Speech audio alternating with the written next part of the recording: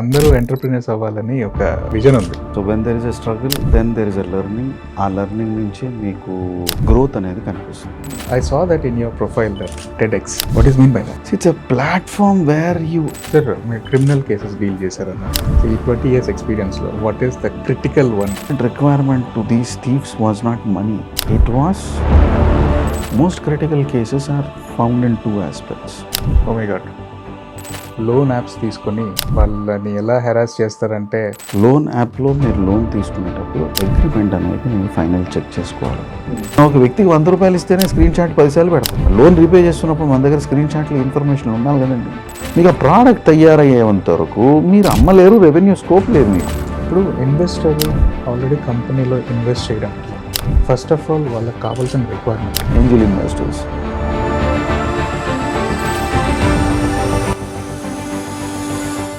మార్కెట్లో product fail అవ్వడమో లేకపోతే సంథింగ్ హ్యాపెన్. ఇక్కడ లీగల్ టర్మ్స్లో అసలు ఎవరిని వాడికి ఇన్వెస్ట్మెంట్ ఫిలాసఫీ తెలిసినప్పుడు they keep guiding. So can investor change the founders? Why not? మనం ఏదో 100 షేర్లు రిలయన్స్ కొనుక్కోవాలి. ఇప్పుడు ఇండియాలో మనకి స్టార్టప్ ఇండియా అని చెప్పేసి ఒకటి ఉంది. ఈ స్కీమ్స్ అండి basic system has to build అండి. మీరు చెప్పింది కరెక్టే. If you are receiving among advocates we have one comedy. ఇది కాపీ రైట్స్ యాక్ట్ అని ఒకటి ఉంది. యాక్చువల్గా అది కాదు, ఇన్సూరెన్స్ ఇండస్ట్రీ భయపెట్టి బిజినెస్ చేయాలి. రీడైరెక్షన్లో మళ్ళీ పోలీస్ డిపార్ట్మెంట్ యూనిఫామ్ స్ట్రెంత్ అనేది ఒక ఫీలింగ్ ఉంటుంది. డైరెక్ట్ చెప్పండి, నువ్వు రాసి నీ పీసీ నెంబర్ రాసి ఇచ్చేసి ఉద్యోగం పొందాడు.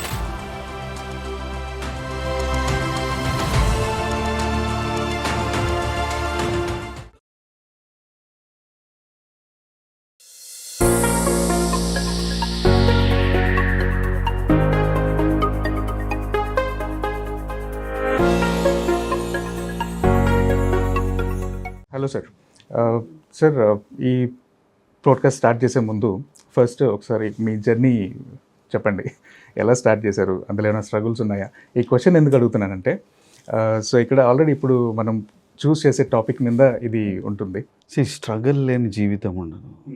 Safe ECG is a straight line, it means person is no more. So when there is a struggle then there is a learning. ఆ లెర్నింగ్ నుంచే మీకు గ్రోత్ అనేది కనిపిస్తుంది. Initially I started as a business consultant. So what do I exactly mean by business consultant is first any business needs money. So starting I thought no funding is the core. మనుషులు ఒక finance option, ఈక్విటీను, ఒక debt funding తీసుకుంటే it will be helpful అనే కాన్సెప్ట్లో we started off suggesting people for their growth through finances. మనకి ఫైనాన్స్లో you have 4 variants.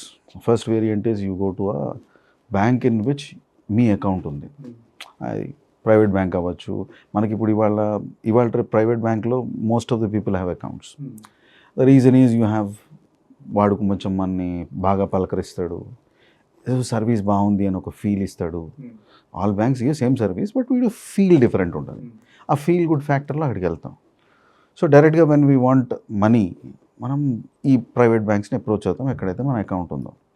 అది కుదరదు, మా నామ్స్ చెప్పుకో, ఇది ఉంది అది ఉంది అని 15 రోజులు 30 రోజులు 40 రోజులు డాన్స్ చేసిన తర్వాత he says this. The next option is nationalized banks. Now when that doesn't happen you go to NBFCs. అక్కడ కూడా మీకు దొరకనప్పుడు ప్రైవేట్ ఫైనాన్స్కి వెళ్తాం. That's a journey any one follows. Now ఇది చూసిన తర్వాత I thought okay, people are invested to put in equity, so they also want to be share holders. Equity funding also we started working out. Funds రానంత వరకు behaviour of the founders will be different. Funds వచ్చిన తర్వాత నా అంతవాడిని నేను అనే feeling వచ్చేస్తుంది. Those are investment funds, they are not your personal funds. మీరు ఆ ఇన్వెస్ట్మెంట్ ఫండ్స్తో జల్సాలు చేసుకుంటే కుదరదు. ఇన్వెస్టర్ ఫీల్ అవుతాడు.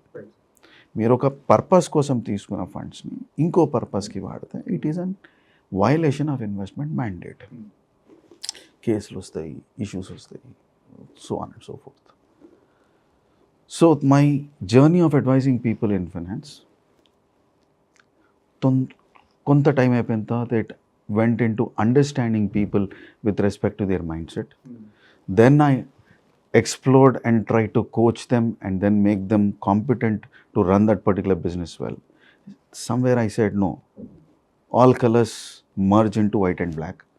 So advocacy is the correct platform where I should stand. So I started my journey as an advocate. I've also done bails, I've also done criminal cases, cheating, forgery cases, shareholders dispute. So it's a mixed journey. Now, from the point of raising 1 rupee from the market to 1,000 crore IPO, I can support the industry or the startup that is coming. And whatever be the dispute, you name it, we address. Someone has done a murder case, we have dealt them. So I am a trial counsel as well as an arguing counsel as well as an appealing counsel. ఒక కన్విక్టెడ్కి bail తేవడం దగ్గర నుంచి ఒక ఆరోపణ ఉన్న వ్యక్తికి bail తేవడం కూడా that expertise I have. Full trial in an NDPS case also I have done. So it's a stretch, it's a comprehensive stretch. So ఒక బాధితుడు నా దగ్గరకు వస్తే వాడి బాధని, వాడి బాధ్యతని, నా బాధ్యతని, ఏం చేస్తే సొల్యూషన్ వస్తుంది అనే ఒక అవగాహన నాకు వస్తుంది. Okay. And I try to implement. So my focus is to give a solution rather than make them in to litigation. నీకెందుకు, నేను చూసుకుంటా కదా, వాడికి మనం వాడి జీవితం చూపిద్దాం. ఎవడి జీవితం ఇంకోటి చూపించలేడు. రైట్. మన జీవితమే మనకు క్లారిటీ లేదు, పక్కోడికి మనం ఏం జీవితం చూపిస్తాం. సో ఐసే బాస్ చిల్, అంత ఎమోషన్ అక్కర్లేదు. So reality is something different. ఒక 10 కోట్లు వివాదాల్లో ఉన్నప్పుడు ఈ 10 కోట్లు రికవర్ చేయడానికి నార్మల్ సివిల్ సర్కమ్స్టాన్సెస్ కేసెస్ తీసుకుంటే minimum it takes 5 years. If you are settling in about 8.5 or 9 or 10 crores also, forget about the interest. That's worth it. That is where I focus. Focus is to solve the dispute. In fact, law lo kuda oka statement undi. The focus of litigation is to end it. Courts don't promote. Mana ego lu promote chesti. So this is where I coach, I advise my clients also. But that should be a genuine settlement. It cannot be that you have 10 crores and then you settle at 2 crores. Waste. Alanti advice liye. Genuinely, ఏ value అయితే ఉందో ఆ value, no one wants to forgo principal. Interest penalty పోతే పోయినాయి, principal నేను ఇచ్చిన డబ్బు అయితే నాకు రావాలి కదా, నేను ఇచ్చిన సరుకుకి వాల్యూ అయితే నాకు రావాలి కదా. So that aspect we make it very clear, explain to the client, try to solve the issue. My focus is to give solution rather than encourage their ego. So that's the summarized form of my journey. Great, sir. So I saw that in your profile, that TEDx. What is mean by that, sir? See, it's a platform where you address the world at large on various aspects. దానిలో నచ్చిన concept ఏంటంటే, whatever you are trying to sum it in 12 minutes. మీరు ఏమన్నా చెప్పండి, భారత చరిత్ర గురించి చెప్పండి, మొత్తం చరిత్ర మనం చెప్పలేం, కానీ 12 నిమిషాల్లో స్టార్ట్ టు ఎండ్ ఒక టాపిక్ని మీరు కంప్లీట్ చేయడం అనేది టెడెక్స్ ప్లాట్ఫామ్ ఇచ్చే ఒక కాన్సెప్ట్. కొన్ని ఇంజనీరింగ్ కాలేజెస్లో చేస్తారు, సమ్ యూనివర్సిటీలో చేస్తారు. సో కెమెరా మీద మీ ఫోకస్ లైట్ పెట్టేసి మాట్లాడు అంటారు. ఈ మాట అనేది ప్రపంచానికి కన్వే చేసే ఒక మెసేజ్ అవ్వాలి. That's my view point on TEDx. And there are lot of motivational speeches we see on TEDx. So I don't say it is a motivational speech platform, but వాళ్ళ ఐడియాలజీ కానీ ఒక వ్యక్తి concept కానీ ప్రపంచానికి ఉపయోగపడేటట్లు 12 నిమిషాల్లో క్లుప్తంగా చెప్పగలిగితే that's the platform. Okay, got it. Sir, మీరు క్రిమినల్ కేసెస్ డీల్ చేశారన్నారు కదా. సో ఈ 20 years ఎక్స్పీరియన్స్లో what is the critical one? అసలు ఏంటి ఈ కేసు ఏంది ఇంత ప్రాబ్లమాటిక్గా ఉంది అనే ఒక కేసు ఏమైనా ఉందా? We don't name the case, but then most critical cases are found in 2 aspects. Advent of we can say currency, financial requirements. ఒకప్పుడు ఒక దొంగతనం చేయాలంటే ఒక పెద్ద ప్రణాళిక ఉండేది. వాడు పోయి ఆ ప్లేస్ విజిట్ చేసేవాడు, స్టడీ చేసేవాడు, చిన్న షోరూమ్ అయినా ఒక ఇవాల్యుయేషన్ చేసేవాడు. ఉదాహరణకి మీకు కోవిడ్ వచ్చినప్పుడు most important requirement to these thieves was not money, it was alcohol. Wine shops were thefted, jewellery shops were not. Thief is very clear as to what they want. దీనికి ఒక ప్రణాళిక కావాలి. మీకు store అర్థమై ఉండాలి, స్టోర్కి corresponding walls ఎక్కడ ఉన్నాయో తెలియాలి. స్టడీ చేస్తాడు, అక్కడి నుంచి ప్యాసేజ్ ఎగ్జిట్ చూసుకుంటాడు, పారిపోయే మెకానిజం చూసుకుంటాడు. మనం సినిమాలో చూస్తాం ఎస్కేపింగ్ కాన్సెప్ట్స్, ఎంట్రీ కాన్సెప్ట్స్, మధ్యలో ఏముంటాయి, సీసీ కెమెరాలు ఏముంటాయి, అన్నీ స్టడీ చేసుకొని వస్తాడు. Thief is very clear on his plan of action. It's a team work. But today it's cyber crime. మనుషుల దగ్గర అంత ఓపిక లేదు, మనుషుల దగ్గర అంత ఇంట్రెస్ట్ లేదు. ఒక ల్యాప్టాప్లో వాడి సెగ్మెంట్ని, పాయింట్ని ఎగ్జిక్యూట్ చేసే ప్రయత్నం చేస్తున్నాడు. So today the mind set has changed. Crime కూడా people want to do it in a sophisticated, in an AC atmosphere and with less efforts, with intellectual work. When cybercrime started, it is only code రాసేవాడు cyber crime చేయడానికి సన్నిహితుడు అయ్యేవాడు. ఇవాళ రోజు మీకు bot programming వాళ్ళు కొనుక్కుంటున్నారు. They are purchasing from expert, using that program and executing it. Identifying the accused is difficult here. ఇట్లాంటి కేసుల్లో ఇన్వెస్టిగేషన్కి సపోర్ట్ చేయడం was an issue. Most critical case which I have done was an economic offense. Okay. Where partners, known friends from childhood, one took up finance, one took up marketing, people started growing that particular company. డబ్బులు లేనప్పుడు అన్నీ బాగానే ఉన్నాయి. When business started growing up, ఈ finance వాడు వెనకేసుకోవడం మొదలెట్టాడు. అదొక 5-6 సంవత్సరాల తర్వాత తెలిసింది, గొడవ అయింది. ప్రశ్న ఏంటంటే ఎంత డబ్బులు వెనకేసాడని. ఆ వెనకేసిన డబ్బులు అర్థం చేసుకోవడానికి 15 బ్యాంక్ అకౌంట్లు, వాటి ట్రాన్సాక్షన్స్, వాటి కనెక్టివిటీలు మొత్తం తేల్చడానికి మాకే ఒక 6 నెలలు పట్టింది. Oh my god. So after this we understood, okay, this is the whole case, this is the amount which is lost. It was 120 crores which is gone. So identify చేసి, we had to identify where they are, take the help of police, file FIRs. Central Crime Station helped us. We filed lookout circulars, identified those people in airports, picked them up, sat with them, discussed. The question was, ఇప్పుడు ఏం చేద్దాం? ఫ్రెండ్షిప్ని దులిపేసి వాడికి శిక్ష పడేటట్లు చేద్దామా? ఈ 120 కోట్లు తీసుకెళ్ళాడు, దానిలో 30 కోట్లు ఖర్చు అయిపోయినాయి, 90 కోట్లు మిగిలిపోయింది. దీన్ని సామరస్యంగా వాళ్ళిద్దరి మధ్యలో ఒక ఒప్పందం చేసుకొని మళ్ళీ రీస్టార్ట్ చేద్దామా? Obviously my client said, sir 120కి 120, 240 వసూలు చేద్దాం వీడి దగ్గర. సెడ్, వాడి దగ్గర ఉండాలి కదా, వాడు జైల్లో ఉంటే ఎలా సంపాదిస్తాడు? సెకండ్, వాడిని పనిష్మెంట్ చెయ్యాలి అనే ఒక ఆలోచనలో ముందు ఖర్చు ఉంది. Courts will take for any criminal case at least 2 years. 2 years of legal fight ఉంది. ఆడిస్తా అంటున్నాడు. Why not settle now? Why not nurture the relationship again? Okay, he's done a mistake. భారత రాజ్యాంగం కూడా it is not like an executing constitution. వాడు వీడి చేయి cut చేసాడు, వాడి కాలు కట్ చేద్దాం, వాడు వీడిని చంపేశాడు, మనం క్యాపిటల్ పనిష్మెంట్ వీడిని ఉరేద్దాం, ఇలాంటి సిద్ధాంతాలు లేవు మన దగ్గర. మారుతాడు, అవకాశం ఇద్దాం, ఆపర్చునిటీ ఇద్దాం, బెయిల్ ఇద్దాం, let's see what happens, let us mediate and solve. This is how our system is built. Same thing I followed. Now they are continuing doing their business. It took time for us, but it's worth it. So a complex case cannot be always resulting into a punishment and you seeing people in jail. ఒక business entity పోతే ఎన్నో ఉద్యోగాలు పోతాయి వాటితో పాటు. So this whole cycle has to be worked out. So everything, there is not one solution. You have to sit, explore, understand, and then solve it. I felt they doing business is more better than one punishing the other. అడెప్పుడప్పుడు బయటకు వస్తాడు కదా, పోయి 5 years punishment అనుకుందాం. Appeals అన్నీ అయిపోయి supreme court కూడా వాడి ఖరాఖండిగా punishment ఇచ్చి ఉంటే 5 years సెంటెన్స్ చేసిన తర్వాత ఎక్కడో ఆవకాయలో ఆవు బీజం అంతున్న ఫ్రెండ్షిప్ కూడా నాశనం అయిపోతుంది. What are you doing? So I thought this was better. First my client was adamant. They did not accept.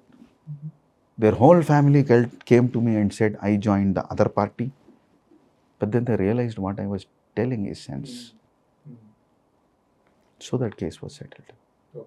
Finally settled. Sir, ఈ డిస్కషన్లో మనకి cyber crime and cyber attacks గురించి మనం డిస్కస్ చేసాం. రీసెంట్గా మనకి ఎక్స్ప్లోర్ అవ్వకపోయినా కూడా ఒక 1-2 years బ్యాక్ చాలా న్యూస్లు వచ్చాయి. లోన్ యాప్స్ తీసుకొని వాళ్ళని ఎలా హెరాస్ చేస్తారంటే, నువ్వు కన్నా పేమెంట్ చేయకపోతే ఫస్ట్ ఏమో ఈఎంఐ ఏదైతే ఉందో అది కట్టించేసుకుంటారు. మళ్ళీ ఈ లోన్ అంతా క్లియర్ అయిపోయే టైంకి మాకు సర్వర్ ఇష్యూస్ ఉన్నాయి, మాకు పేమెంట్ రాలేదు, అది లేదు ఇది లేదని ఏదో ఒకటి హెరాస్మెంట్ చేసి వాళ్ళ దగ్గర నుంచి డబ్బులు రాణించుకుంటూనే ఉంటారు. వాళ్ళని ఎట్లా హెరాస్ చేస్తున్నారంటే న్యూడ్ ఫొటోస్ పంపిస్తారు వాట్సాప్కి, అండ్ ఉన్న కాంటాక్ట్స్ అన్నీ తీసేసుకొని వాళ్ళు ఎప్పుడైతే ఇన్స్టాల్ చేసుకునేటప్పుడు అన్నీ ఓకే చేసేస్తారు తెలియకుండా. ఆ కాంటాక్ట్స్ అన్నీ వాళ్ళ దగ్గరికి వెళ్ళిపోయి ఉంటాయి. అందరూ వాట్సాప్లకి మెసేజ్ పెట్టేస్తారు, ఈ ఫొటోస్ అన్నీ షేర్ చేసేస్తారు. చాలామంది సూసైడ్ చేసుకున్న కేసెస్ ఉన్నాయి, ఇప్పుడు కూడా ఉన్నాయి. బట్ కాకపోతే ఎక్స్ప్లోర్ అవ్వట్లేదని నా ఫీలింగ్, బట్ రియల్ అయితే ఉన్నాయి. సో అలాంటి వాటి పైన ఎక్కువ మనము మేజర్గా ఫోకస్ చేసి సూసైడ్ దాకా వెళ్ళాలా, లేకపోతే ఏమైనా చిన్న మనం ఈ కోర్ట్స్ లేకపోతే పోలీస్ స్టేషన్స్ దగ్గర సార్ట్అవుట్ చేసుకునే పాసిబిలిటీస్ ఉన్నాయి? So there are multiple questions in the same question. Loan యాప్లో మీరు లోన్ తీసుకునేటప్పుడు అగ్రిమెంట్ అనేది మీరు ఫైనల్ చెక్ చేసుకోవాలి. Always better to avoid. కాకపోతే కష్టంలో ఉన్న వ్యక్తికి ఎవడో డబ్బులు ఇస్తున్నాడంటే ఆ టైంలో తీసుకునే ప్రయత్నం చేస్తాడు. Right sir. ఇప్పుడు ఆ టర్మ్స్ తీసుకున్న తర్వాత ఫస్ట్ టైం హెరాస్మెంట్ వచ్చినప్పుడు police complaint is step 1. Today we have people friendly police, but still వెళ్ళంగానే వాడు పోలీసు వాడు కొంచెం అజమాయిషిగా గట్టిగా అడగడం అనేది సర్వసహజం. ఎందుకంటే వాళ్ళకి రోజు ఇలాంటి 100 కేసులు వస్తాయి, వాళ్ళ ఫ్రస్ట్రేషన్లో వాళ్ళు ఉంటారు. సో ఆ ఫ్రస్ట్రేషన్లో వీడి నోట్లో ఒకటో కేసు అయినప్పుడు వీడి మీద ఆ ఫ్రస్ట్రేషన్ ఎగ్జిబిట్ అవ్వడం అనేది జరుగుద్ది. బట్ ప్రమాదం సమస్య వీడికి ఉంది కాబట్టి సమాధానం డైరెక్ట్గా అడ్వకేట్ల దగ్గరికి వెళ్తే వాళ్ళు కూడా పోలీస్ స్టేషన్కి వచ్చి ఎఫ్ఐఆర్ ఇస్తారు. So step 1 is an FIR, అంటే అన్ ఇన్వెస్టిగేషన్. నేను ఇంత లోన్ తీసుకున్నాను, దానికి ఇంత ఇంట్రెస్ట్ ఉంది, ఆ ఇంట్రెస్ట్కి ఇంత నేను కట్టాను, సో ప్రిన్సిపల్ అయితే వెళ్ళిపోయింది, ఇప్పుడు ఇంట్రెస్ట్ ఈజ్ ద మెకానిజం అనేది స్టెప్ 1. ఈ కాన్సెప్ట్ అనేది ఫస్ట్ పోలీసుడికి చెప్పి, సార్ ఇంత తీసుకురా, నా అకౌంట్లో ఇంత వచ్చింది, నేను ఇంత కట్టాను, ఇంత ఈఎంఐ అయిపోయింది, ఇంకా నన్ను హెరాస్ చేస్తున్నారు. సో అది హెరాస్మెంట్ కేసు కిందకి వస్తే they will try to track down. వీళ్ళ నూట్ ఫోటోలు ఆ ఫోన్లో వచ్చాయి అంటే అసలు నూట్ ఫోటోలు వీడి ఫోటోలో లేకపోవచ్చు. సో మార్ఫ్ట్ అనేది ఉంటుంది కాబట్టి ఆ మార్ఫ్ట్ ఇమేజెస్కి you have to give an explicit declaration before the police. కాంటాక్ట్స్కి చెప్పచ్చు, ముందే మనం చెప్పేస్తే అదేదో మనం అనుకున్న మర్యాద దెబ్బతినింది అనే ఒక ఫీలింగ్ లేకుండా మనం ముందు చెప్తే it's a preventive measure. And నష్టాల్లో ఉన్నోడు కష్టాల్లో ఉన్నోడి దగ్గర ఫ్రెండ్స్ రిలేటివ్స్ జనరల్గా రారు, అవాయిడ్ చేస్తారు. So if someone is still with you at that time, it is deciding your character and their character. వాడు నిజంగా మిత్రుడు, వాడు స్నేహితుడు కాదు. డిఫరెన్స్ ఏంటండి? సుఖంలో మనతో ఉండేవాడు స్నేహితుడు, కష్టంలో మన పక్కన నిలబడేవాడు, మన జీవితానికి ఒక స్పిరిచువల్ సాల్వేషన్ డైరెక్షన్కి తీసుకెళ్ళేవాడు మిత్రుడు అంటాం. మిత్రుడు ఎవడో స్నేహితుడు ఎవడో తెలిసిపోతుంది. ఈ సిచ్యువేషన్ మీకు కరెక్ట్ మెజర్. Yes sir. తర్వాత వచ్చేసరికి ఇప్పుడు మీరు స్టేషన్కి వెళ్ళారు, ఇన్ఫర్మేషన్ ఇచ్చారు, you give a public information stating that my phone is hacked. మీకు ఏమైనా ఫోటోలు కానీ మెసేజ్లు కానీ వస్తే యూ ప్లీజ్ ఇగ్నోర్ ఇట్. మన దగ్గర ఫేస్బుక్ ఉందిగా, వాట్సాప్ ఉందిగా, స్టేటస్లో పెట్టేయండి, మెయిల్స్ పెట్టేయండి, బ్లాక్ మెసేజ్ పెట్టండి. టెన్షన్ పడిపోయేదానికంటే sit coolly, think and evaluate. These are the next steps. Suicide అనేది last concept. But some people go to that extreme step because of the frustration and iration at that time. ఇక మన దగ్గర ఏ direction కనిపించలేదు అంటే అదొక్క direction కనిపిస్తుంది. కానీ ఒకటి గుర్తుంచుకోండి, బతకడానికంటే చావడానికి గుండె ధైర్యం ఎక్కువ ఉండాలి. సో ఆ ఎక్స్ట్రీమ్ స్టెప్ తీసుకునే ముందు ఒక రీసెర్చ్ పాజ్ చేసిపో, ఇది జరిగిపోయింది, let see what we can improve. మారిన వ్యక్తి సమాజానికి మేలు చేయగలడు, రైట్. పోయిన వ్యక్తి ఏం చేయలేడు, ఎగ్జాంపుల్గా కూడా నిలబడలేడు. పోయిన వ్యక్తి నుంచి ఏం రోల్ మోడల్ ఎగ్జాంపుల్ మీరు తీసుకుంటారు?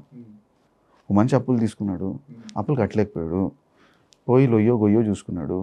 ఏమిటి మీరు తీసుకున్న ఎగ్జాంపుల్, రిలేషన్, రోల్ మోడలింగ్ ఇక్కడి నుంచి ఏం లేదు. ఒక వ్యక్తి డబ్బులు తీసుకున్నాడు, కట్టలేదు, కష్టపడ్డాడు, మళ్ళీ సంపాదించాడు, ఒక బిజినెస్ ఎంపైర్ కట్టాడు. వీడు కదా బీ స్కూల్స్లో చదివేది. You have to choose your path. కష్టాలు అందరికీ వస్తాయి, మనిషిని వాడు పుట్టిందే కష్టాలు అనుభవించడం. That's a cosmic theory. Evaluation is something which is important. So ఈ లోన్ యాప్స్లో తీసుకున్నది స్టెప్ 1 ఏంటంటే మీరు ఆ అగ్రిమెంట్ ముందు డౌన్లోడ్ చేసి పెట్టుకోవాలి. మీరు టర్మ్స్ అండ్ కండిషన్ ఎస్ అంటారు చూడండి, అది డౌన్లోడ్ చేసి పెట్టుకోవాలి. యాప్లో మీరు లోన్ తీసుకున్నారు, పేమెంట్లు కట్టారు, అన్ఇన్స్టాల్ చేసేయండి. మీరు ఫోన్కి యాక్సెస్ ఇవ్వకపోతే వాడు మీకు లోన్కి యాక్సెస్ ఇవ్వడు. సో మీరు ఏం చేయాలి, అప్పుడు లోన్ కంప్లీట్ అయిపోయి సర్వర్ ఇష్యూ ఉన్నప్పుడు వాడికి మీరు you go to some advocate or individually you can send a notice. నేను నీ దగ్గర తీసుకున్నది ఇది, నీ హెడ్ ఆఫీస్కి నేను పంపించింది ఇది, ఈ పేమెంట్లు ఇవి అని మీరు మీ నోటీస్ అంటే లీగల్ నోటీసే అవ్వక్కర్లేదు. మనం వైట్ పేపర్ మన పేరు రాసి మన లోన్ అకౌంట్ నెంబర్ రాసి అదేదో రిఫరెన్స్లు ఇచ్చి ఉంటారు కదా, ఆ అడ్రస్కి మీరు మెన్షన్ చేసి వాడి మెయిల్ ఐడి ఏది ఉంటే మీకు ఏదైతే కమ్యూనికేషన్ వచ్చిందో వాడికి మెన్షన్ చేసి మీరు రికార్డ్స్ క్రియేట్ చేస్తే tomorrow if there is any concern that will be sorted out. మన దగ్గర రికార్డే లేనప్పుడు వాడి యాప్లో నుంచి మిమ్మల్ని తీసేస్తాడు. మీ దగ్గర యాక్సెస్ ఎక్కడ ఉంది? మీరు ఇప్పుడు యాక్సెస్ చేసి ఓ ఇన్ఫర్మేషన్ తీసుకోవడానికి ఏం లేదు కదా. మనం ఒక వ్యక్తికి 100 రూపాయలు ఇస్తేనే స్క్రీన్ షాట్ 10 సార్లు పెడతాం. లోన్ రీపే చేస్తున్నప్పుడు మన దగ్గర స్క్రీన్ షాట్లు ఇన్ఫర్మేషన్ ఉండాలి కదండి. ఆ జాగ్రత్త తీసుకోవాలి మనుషులు. అత్యవసర పరిస్థితుల్లో మీరు తీసుకున్నప్పుడు అతి అప్రమత్తంగా మీరు ఇన్ఫర్మేషన్ని సేవ్ చేసుకోవాలి. వాడు ఎవరైనా రేజ్ చేసేటప్పుడు మీరు డీటెయిల్స్ పెట్టుకుంటే పర్ఫెక్ట్గా ఉంటుంది. అప్పుడు మీరు జవాబు చెప్పడానికి ఉంటుంది. రేపు మీరు కోర్టుకి వెళ్ళి ఒక ఇష్యూని రేజ్ చేస్తే కూడా మీ దగ్గర ఎవిడెన్స్ ఉంటుంది. కోర్టు కావాల్సిన ఎవిడెన్స్ కదా. So that whole process will be completed well. మీరు ఇట్లా ఎవిడెన్స్ తీసుకుంటున్నారు, వాడికి నోటీస్ పంపిస్తే వాడి పని చేయడు. 3 ఫోటోలు మార్క్ ఫోటోలు చేసి పంపించడం, ఈ హెరాస్మెంట్లు అన్నీ చేయరు. ఎందుకంటే వీడు రికార్డ్ మెయింటైన్ చేస్తుంటారు, బాబు మనకే భూమి కదులుతుంది ఎందుకు వచ్చిన తలనొప్పి అని చేయరు. సో మీరు ప్రివెంటివ్ మెజర్స్ అనేది తీసుకోవాలి. అదే సార్, ఇప్పుడు లాస్ట్ మంత్ చాలా డిస్కషన్స్ అయితే చాలా జరిగాయి. ఇటు వాళ్ళు సూసైడ్ చేసుకున్నారు, వీళ్ళు సూసైడ్ చేసుకున్నారు. సమ్ దట్ ఒకరోజు నేను కూడా ఆలోచించాను, అసలు సూసైడ్ ఎందుకు చేసుకోవాలి, మ్యాక్సిమం అయితే ఏమవుతుంది అనేటట్లు ఈ క్వశ్చన్ అడగడానికి కూడా నాకు ఆ థాట్ వచ్చింది.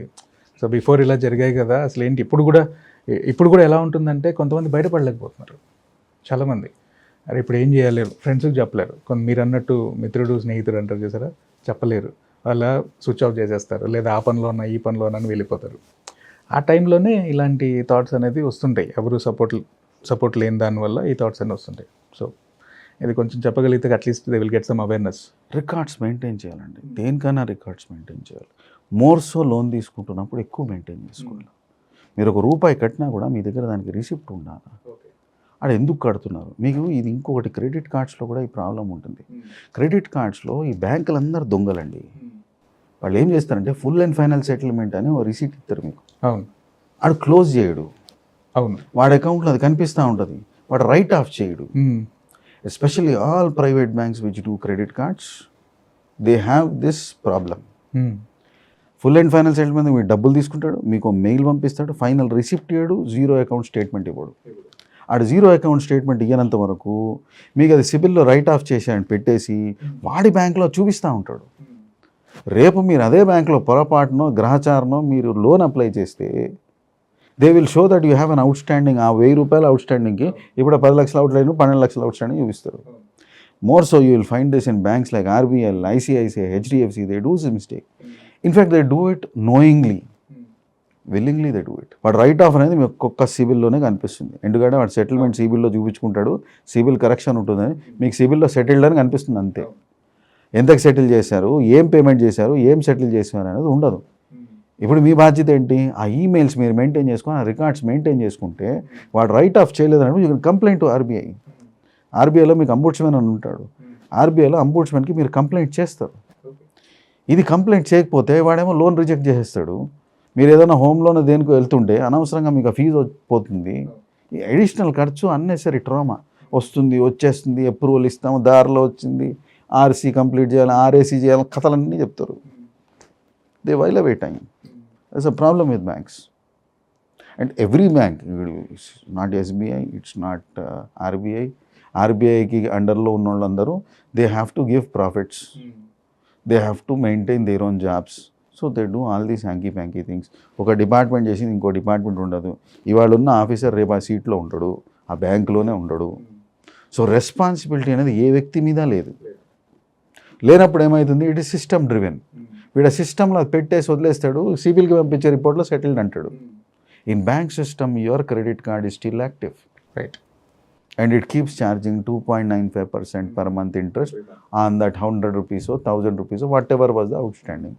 ఓ 50,000 క్రెడిట్ కార్డు ఉంది, మీరు 25,000కి సెటిల్ చేశారు, 25,000 అవుట్ స్టాండింగ్ చూపిస్తూ ఉంటుంది, అది 25 లక్షలు అవుతుంది. బ్యాంకు దృష్ట్యా అది ఇంకా రిసీవబులే, అందుకే బ్యాంక్ వాడు ఇంకా ప్రాఫిట్ చూపిస్తూ ఉంటాడు. అదే సార్, ఇప్పుడు మీరు బ్యాంక్స్ అన్నారు కదా, మనం ఒక చిన్న పర్సనల్ లోన్ పెట్టాలంటే హోమ్ వెరిఫికేషన్ అంటే అది residence permanent address, present address రెండు వెరిఫికేషన్లకు వెళ్తారు. ఇది 1 lakh 2 lakhsకి లోన్ పెట్టిన దానికే ఇన్ని వెరిఫికేషన్లు చేస్తారు, ఫ్రెండ్స్కి ఫోన్ చేస్తారు, రెఫరెన్సులు తీసుకుంటారు, ఇన్ని చేస్తారు. మరి స్కామ్ చేసే వాళ్ళకి సార్ వాళ్ళ దగ్గర కూడా తీసుకుంటారండి అన్నీ. యాక్చువల్గా మనం 2 lakhsకి 3 lakhsకి లోన్ తీసుకున్న వాళ్ళకి ఇంటికి వచ్చి నువ్వు వాళ్ళని ఎట్లా హెరాస్ చేస్తారంటే, నువ్వు బయటికి రా, నేను నీ సంగతి చూస్తా, డబ్బు కట్టకపోతే నువ్వు ఇక్కడ నుంచి పోలేవు, అది ఇదని టూ మచ్గా ఉంటుంది. అదంటే వాళ్ళ దగ్గర ఉండదా ఆ లెవెల్లో? ఒక పాయింట్ మీరు అర్థం చేసుకోవాలి, స్మాల్ అమౌంట్ చేసేవాడికి లోకలే, అంతకంటే ఎక్కువ ఉండదు. ఎక్కువ అమౌంట్ తీసుకున్నాడు ఏం చేస్తాడంటే దేశం పారిపోతాడు. ఈ దేశం పారిపోయిన వాడిని మళ్ళీ మనం తెచ్చుకోవాలంటే మనకు పెద్ద ప్రాసెస్ అది. అవును. So if someone is at 5 crores it is recoverable. ఏదో ఒకటి మర్యాద అని, లోకల్ అని, బిజినెస్ అని, they pay of. 10 crores they pay of. 50 crores they still pay of because that's on industries and all that stuff pay of. Something above 100 crores, 500 crores ఈ numbers వెళ్ళేసరికి ఆ ప్రమాదాలు ఎక్కువ ఉన్నాయి. వాడు 100 కోట్లు తీసుకెళ్ళిపోయినాడు, దే విల్ వ్యానిష్. బ్యాంక్ కూడా అర్థం చేసుకొని మనం ట్రేస్ చేసి పట్టుకునేసరికి చాలా టైం పడుతుంది. ఆ టైంలో మనం వాడు ఇండియాలో లేడు. మనం ఎక్కడ రాసుకున్నాం అగ్రిమెంట్? ఇండియాలో. మనం పట్టుకుంటే ఎక్కడ పట్టుకుంటాం? ఇండియాలో పట్టుకోవాలి. వాడు ఇల్లు వదిలేసి వెళ్ళిపోతాడు. మ్యాక్సిమం మనం ఏం చేయగలం? బ్యాంక్ కూడా ఇల్లు జప్తు చేస్తాడు అంతే. ఆ ఇల్లు జప్తు చేయడానికి ఇన్కమ్ ట్యాక్స్ డిపార్ట్మెంట్ డ్యూస్ కూడా ఉన్నాయి కదా, 5-6 డ్యూస్ కూడా ఉంటాయి. ఈ అందరు కలిసి ఎంత జప్తు చేస్తారు?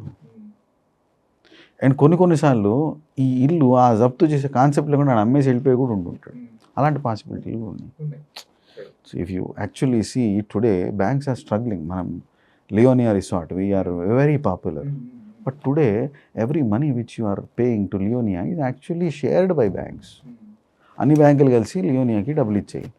ఆడ ప్రాపర్టీని ఓడుకు అమ్మేసి వెళ్ళిపోయాడు. పరిస్థితి ఏంటి? బ్యాంకులే they are now banks are facilitating for that particular resort. They have no choice, they have to recover their amount. Property ఉంది కాబట్టి చేస్తున్నారు, లేకపోతే ఏం చేస్తారు? ఉన్నది రికవర్ చేస్తారు, బ్యాలెన్స్ ఎన్పిఏ అని కొట్టేస్తారు. That's how it is. So big monies ఆ ప్రాబ్లం ఎప్పుడూ ఉంది, ఇప్పుడే కాదు, ఎప్పటి నుంచో ఉన్న ప్రాబ్లం. ఆ లాస్ కవర్ చేసుకోవడం కోసం ఇంకా ఇప్పుడు మినిమం బ్యాలెన్స్ మెయింటైన్ చేయట్లేదు. సాలరీడ్ ఎంప్లాయీస్కి చేతికి వచ్చే తక్కువ ఉంటుందండి. ఎందుకు? ఇన్కమ్ ట్యాక్స్ కట్ అంటాడు, ఈపీఎఫ్ అంటాడు, ప్రొఫెషనల్ ట్యాక్స్ అంటాడు, ఇంకోటి అంటాడు. కటింగ్లు ఎక్కువ, చేతికి వచ్చేది తక్కువ. ఏ శాలరీడ్ ఎంప్లాయీ అయినా ఇదే బాధ ఉంటుంది కదా. ఎందుకు అలా అయింది? ఒక బిజినెస్ ఎంటిటీ స్పెషల్ ఎకనామిక్ జోన్లో ఇచ్చి, ఆ స్పెషల్ ఎకనామిక్ జోన్లో ఆ ఎంటిటీ వస్తుంది కాబట్టి ఈ ఎంటిటీకి వాళ్ళు ట్యాక్స్ బెనిఫిట్ ఇచ్చారు. ఆ ట్యాక్స్ బెనిఫిట్ అక్కడ ఇచ్చాడు కాబట్టి ఎంప్లాయీస్ దగ్గర నుంచి నీకు ఒక ఆపర్చునిటీ ఇచ్చాను, నీకు నీ సర్వీసెస్ ఇచ్చి మంత్లీ శాలరీ వచ్చేటట్లు ఒక ఆపర్చునిటీ ఇచ్చాను కాబట్టి ఆ ట్యాక్స్ స్లాబ్ అనేది ఒక వ్యక్తి మీద వేసారు. So the tax which was suppose to be collected from a big company is distributed to it salaried employees. Okay. సో ఆ రెవెన్యూ సైకిల్లో ఇన్కమ్ ట్యాక్స్ని అలా డిస్ట్రిబ్యూట్ చేశారు. ఈ వ్యవస్థ మీకు నడిచినప్పుడు సాలరీడ్ ఎంప్లాయీస్ దగ్గర నుంచి ప్లానింగ్ అనేది ఇంపార్టెంట్ వచ్చేస్తుంది. ట్యాక్స్ ప్లానింగ్ అనుకోండి, నెగోసియేషన్ అనుకోండి, ఇవాల్యుయేషన్స్ అనుకోండి, అక్కడ వస్తాయి. పాయింట్ మీరు అర్థం చేసుకోవాల్సింది ఏంటంటే, ఒక వ్యవస్థకి ఇచ్చేటప్పుడు ఎంప్లాయ్మెంట్ ఆపర్చునిటీ జనరేట్ అవుతాయి అనే ఆపర్చునిటీ ఫోకస్తో అటు గవర్నమెంటు ఇటు బ్యాంక్స్ ఇస్తాయి. వాళ్ళు ఫ్రాడ్ అయితే మొత్తం వ్యవస్థలో ఒక ఇంబ్యాలెన్స్ వచ్చేస్తుంది. ఆ ఇంబ్యాలెన్సే యూ సీ ఇన్ ఎన్పిఎస్. ఒక బ్యాంక్లో ఎన్పిఏ వచ్చిందంటే ఆ బ్యాంక్ నిలదొక్కోవడానికి టైం పడుతుందండి. Imagine 100 crores someone has defaulted and left the country. 100 crores is equal to 5 or 10 branches of that bank. Entire branch collapses. మీకు ఆ బ్యాంకే ఒక్కొక్కసారి నామరూపాలు లేకుండా పోయే సందర్భాలు వస్తాయి. అందుకే మనకి డ్యూ డెలిజెన్స్ ఆఫ్ బ్యాంక్ అనేది చాలా ఇంపార్టెంట్. అంత ప్లాన్లో వాళ్ళు చేస్తే ఇంక మనం చేయగలిగింది ఏం లేదు. టాపిక్ కంప్లీట్గా ఎక్కడెక్కడికో వెళ్ళింది. సో నేను మీకు ఫస్ట్ ఒక క్వశ్చన్ అడిగాను, జర్నీలో స్ట్రగుల్స్ ఉంటాయి అవన్నీ అని. అది ఎందుకు అడిగానంటే, నార్మల్గా ఇప్పుడు అందరూ ఎంటర్ప్రినర్స్ అవ్వాలని ఒక విజన్ ఉంది. ప్రతి ఒక్కళ్ళు నేను ఎంటర్ప్రినర్ అయిపోవాలి, నాకు ఇప్పుడు జాబులు అక్కర్లేదు, అది అక్కర్లేదు అని చెప్పి ఏదేదో ప్లానింగ్ చేసుకుంటారు. ఒక టాపిక్ సెలెక్ట్ చేసుకుంటారు. ఈ టాపిక్తో నేను ఒక కంపెనీ స్టార్ట్ చేస్తా అంటారు. That is called incorporation, private limited. అసలు వాళ్ళకి ఆ కాన్సెప్ట్ వర్కౌట్ అవుతుందా లేదా అని అసలు తెలియదు, బట్ ఇన్కార్పొరేషన్ మాత్రం అయిపోయి ఉంటుంది. దాంట్లో ఇప్పుడు ఏంటంటే అసలు దాంట్లో వచ్చే ఛాలెంజెస్ ఏంటి? సింపుల్గా ఇన్కార్పొరేషన్ చేసేసుకోవచ్చు, బట్ దాని తర్వాత వచ్చే ప్రాబ్లమ్స్ ఏంటి? అసలు ఆ కాన్సెప్ట్ సక్సెస్ అయితే ఎలా ఉంటుంది, ఫెయిల్యూర్ అయితే ఎలా ఉంటుంది? ఇన్కార్పొరేషన్ అనేది చేసుకోవడం అనేది మంచి పద్ధతి కాదండి. అంటే company when you incorporate you have yearly compliance. Every year మీరు యాన్యువల్ ఫైలింగ్ చేయాలి, కంపల్సరీగా చేయాలి. మీరు చేయకపోతే పెనాల్టీస్ ఉంటాయి. పొరపాటు మీరు జిఎస్టీ తీసుకుంటే మంత్లీ ఫైలింగ్ చేయాలి, చేయకపోతే పెనాల్టీస్ ఉంటాయి. ఇవేంటంటే స్టాట్యుటరీ ఫైలింగ్, స్టాట్యుటరీ పెనాల్టీస్. మీకు బిజినెస్ నడుస్తుంది, నాకు రన్నింగ్ రెవెన్యూ ఉంది, at that point of time you incorporate company. Company incorporation credit కాదు, లైబిలిటీ. ఎందుకంటే మీ కంప్లైన్స్ ఉంది కదా, ఆడిటర్ కంపల్సరీ కావాలి. మీరు 10 కోట్ల టర్న్ ఓవర్ వచ్చిందంటే మీ కంపెనీ సెక్రటరీ కూడా కావాలి. మీకు ఒకటికి ఇద్దరు తయారయ్యారు. సో ఈ లిస్ట్ అనేది పెరుగుతూ ఉంటుంది. మనం ఇన్కార్పొరేషన్ ఎప్పుడు చేయాలి? మనం ఫస్ట్ ప్రధాన క్వశ్చన్కి వద్దాం. ఏందని? నేను ఆంటర్ప్రైనర్ అవుదాం అనుకుంటున్నాను, నేను ఈ ప్రోడక్టో ఈ సర్వీసో ఇద్దామనుకుంటున్నాను. This is our step 1. Service ఇవ్వడం అనేది డే 1 నుంచి స్టార్ట్ చేయొచ్చు. Chance of earning is there. నేను ఈ ప్రోడక్ట్ చేద్దాం అనుకుంటున్నాను, చేద్దాము అనే స్టేజ్ దగ్గర మీరు కంపెనీ స్టార్ట్ చేయకూడదు. అయిపోయింది అమ్ముదాము అనే స్టేజ్లో స్టార్ట్ చేయాలి.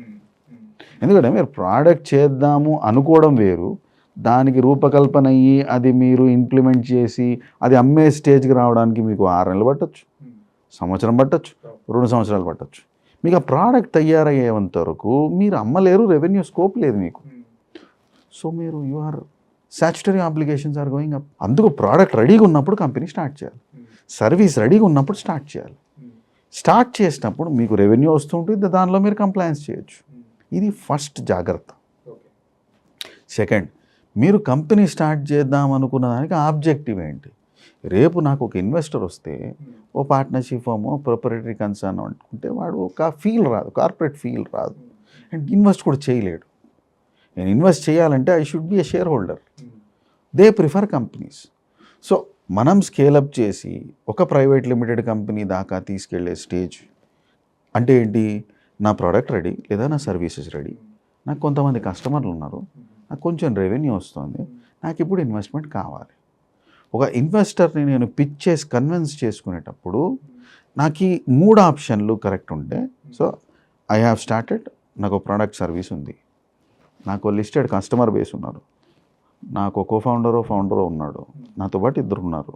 సో నేను టీమ్ చూపించుకోవడానికి, ఓ రెవెన్యూ చూపించుకోవడానికి, ప్రోడక్ట్ చూపించుకోండి నా దగ్గర ఉన్నప్పుడు కంపెనీ స్టార్ట్ చేస్తే ఇన్వెస్టర్ కన్విన్స్ అయ్యి డబ్బులు పెడతాడు, షేర్స్ వాళ్ళకి ఇష్యూ చేస్తాము, ఇట్ విల్ గో ఆన్. ఏమీ లేనప్పుడు స్టార్ట్ చేసుకున్నాం అనుకోండి, నేను అనవసరంగా లైబిలిటీ తీసుకుంటున్నాను. స్టార్ట్ చేయడానికి టైమింగ్ ఇంపార్టెంట్. డే 1లో నేను కంపెనీ స్టార్ట్ చేశాను కాబట్టి నాకు డబ్బులు రావాలంటే రావు. మీ ఐడియా ఫ్రక్టిఫై అయ్యి బిజినెస్ వచ్చేటప్పుడే డబ్బులు వస్తాయి. So that cycle is important. ఇప్పుడు ఇంజనీరింగ్ కాలేజ్లో నా కోడ్ వచ్చింది, నా ఇంకోటి టెస్టర్ ఉన్నాడు, నా ప్రోటోటైప్ రెడీ. ప్రోటోటైప్ చూసి డబ్బులు రావుగా. ప్రోటోటైప్ ఫంక్షనాలిటీ అయ్యి ఫంక్షనింగ్ అయ్యేటప్పుడు డబ్బులు వస్తాయి. అంతవరకు మనం వెయిట్ చేయాలి. ప్రోటోటైప్ని పేటెంట్ ఇండివిజువల్ తీసుకో, తర్వాత అసైన్ చేసుకో. ప్రోటోటైప్కే మనం ఒక కంపెనీకి అసైన్ చేయాలి, లేదా కంపెనీ పేరు మీద ప్రోటోటైప్ అప్లై చేయాలనేది లేదు. ఇండివిజువల్ పేరు మీద ఆ ప్రోటోటైప్, ఆ ప్రాసెస్కి పేటెంట్స్ తీసుకోండి, లేదా ట్రేడ్ మార్క్ తీసుకోండి. ఫంక్షన్ అయింది, రెవెన్యూ స్టార్ట్ అయింది, అప్పుడు మీరు కంపెనీ స్టార్ట్ చేసి ఇవి దానికి అసైన్ చేస్తే ఆ కంపెనీకి మీకు ఇంటాంజిబుల్ అసెట్స్ వచ్చాయి. ఈ ప్రోటోటైప్కి మీరు షోకేస్ చేసుకొని దిస్ ఈజ్ ద కంపెనీ, ఇవి నా రెవెన్యూస్, ఇది నా పైప్ లైన్, నేను ఇలా అమ్ముదాం అనుకుంటున్నా. Convinced investor will actually put money. This is what is required. ఈ జాగ్రత్త అనేది ప్రతి స్టార్టప్ చేయాలి. మనకు ఉన్నదేమో 10 రూపాయలు, దానిలో మనం కంప్లైన్స్కి 30 రూపాయలు ఖర్చు పెట్టేసాం అనుకోండి, మిగిలింది ఏంటి?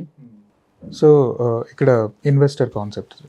ఇప్పుడు ఇన్వెస్టర్ ఆల్రెడీ కంపెనీలో ఇన్వెస్ట్ చేయడానికి ఫస్ట్ ఆఫ్ ఆల్ వాళ్ళకి కావాల్సిన రిక్వైర్మెంట్ అంటే, ఒక ఇన్వెస్టర్ వచ్చి నేను ఈ కంపెనీలో ఇన్వెస్ట్ చేయడానికి రెడీగా ఉన్నాను అంటే ఆ కంపెనీ ఏ లెవెల్లో ఉండాలి? యూ హ్యావ్ మల్టిపుల్ లెవెల్స్ అండి. మోర్ దాన్ ఇన్వెస్ట్మెంట్, ఇన్వెస్టర్కి ఒక ఫిలాసఫీ ఉంటుంది. కొంతమంది ఫుడ్ ఇండస్ట్రీలోనే ఇన్వెస్ట్ చేస్తారు, కొంతమంది టెక్నాలజీలో చేస్తారు, కొంతమంది ఫార్మస్యూటికల్ చేస్తారు, కొంతమంది డయాగ్నోస్టిక్ సెంటర్లు చేస్తారు. They have an mind set. ఆ మైండ్ సెట్ ఆ ఇండస్ట్రీలో సెట్ అవుతుంది అనేది థాట్ ప్రాసెస్. ఇంకొక డిఫరెన్స్ చూద్దాం. ఇన్వెస్టర్ దగ్గర ఒక టీం ఉంటుంది. ఈ టీం డయాగ్నోస్టిక్ సెంటర్లే స్టడీ చేసే టీం ఉందనుకోండి, వేరే ప్రోడక్ట్ వెండు కదా. నా టీం నాకు సొల్యూషన్ ఇవ్వలేదు, అసలు పనిచేస్తారా లేదా అనేది ఒక అవగాహన అయితే వాళ్ళు ఒక షీట్ అయితే వేసుకుంటారు కదా. మనం రెవెన్యూ చెప్పాం, అవునో కాదో క్రాస్ వెరిఫై చేసుకుంటారు కదా. నిజంగా రెవెన్యూ స్కేలప్ అవుతుందా లేదా అనేది ఇంపార్టెంట్. స్కేలప్ కానీ ఎవడు ఇన్వెస్ట్ చేయడు.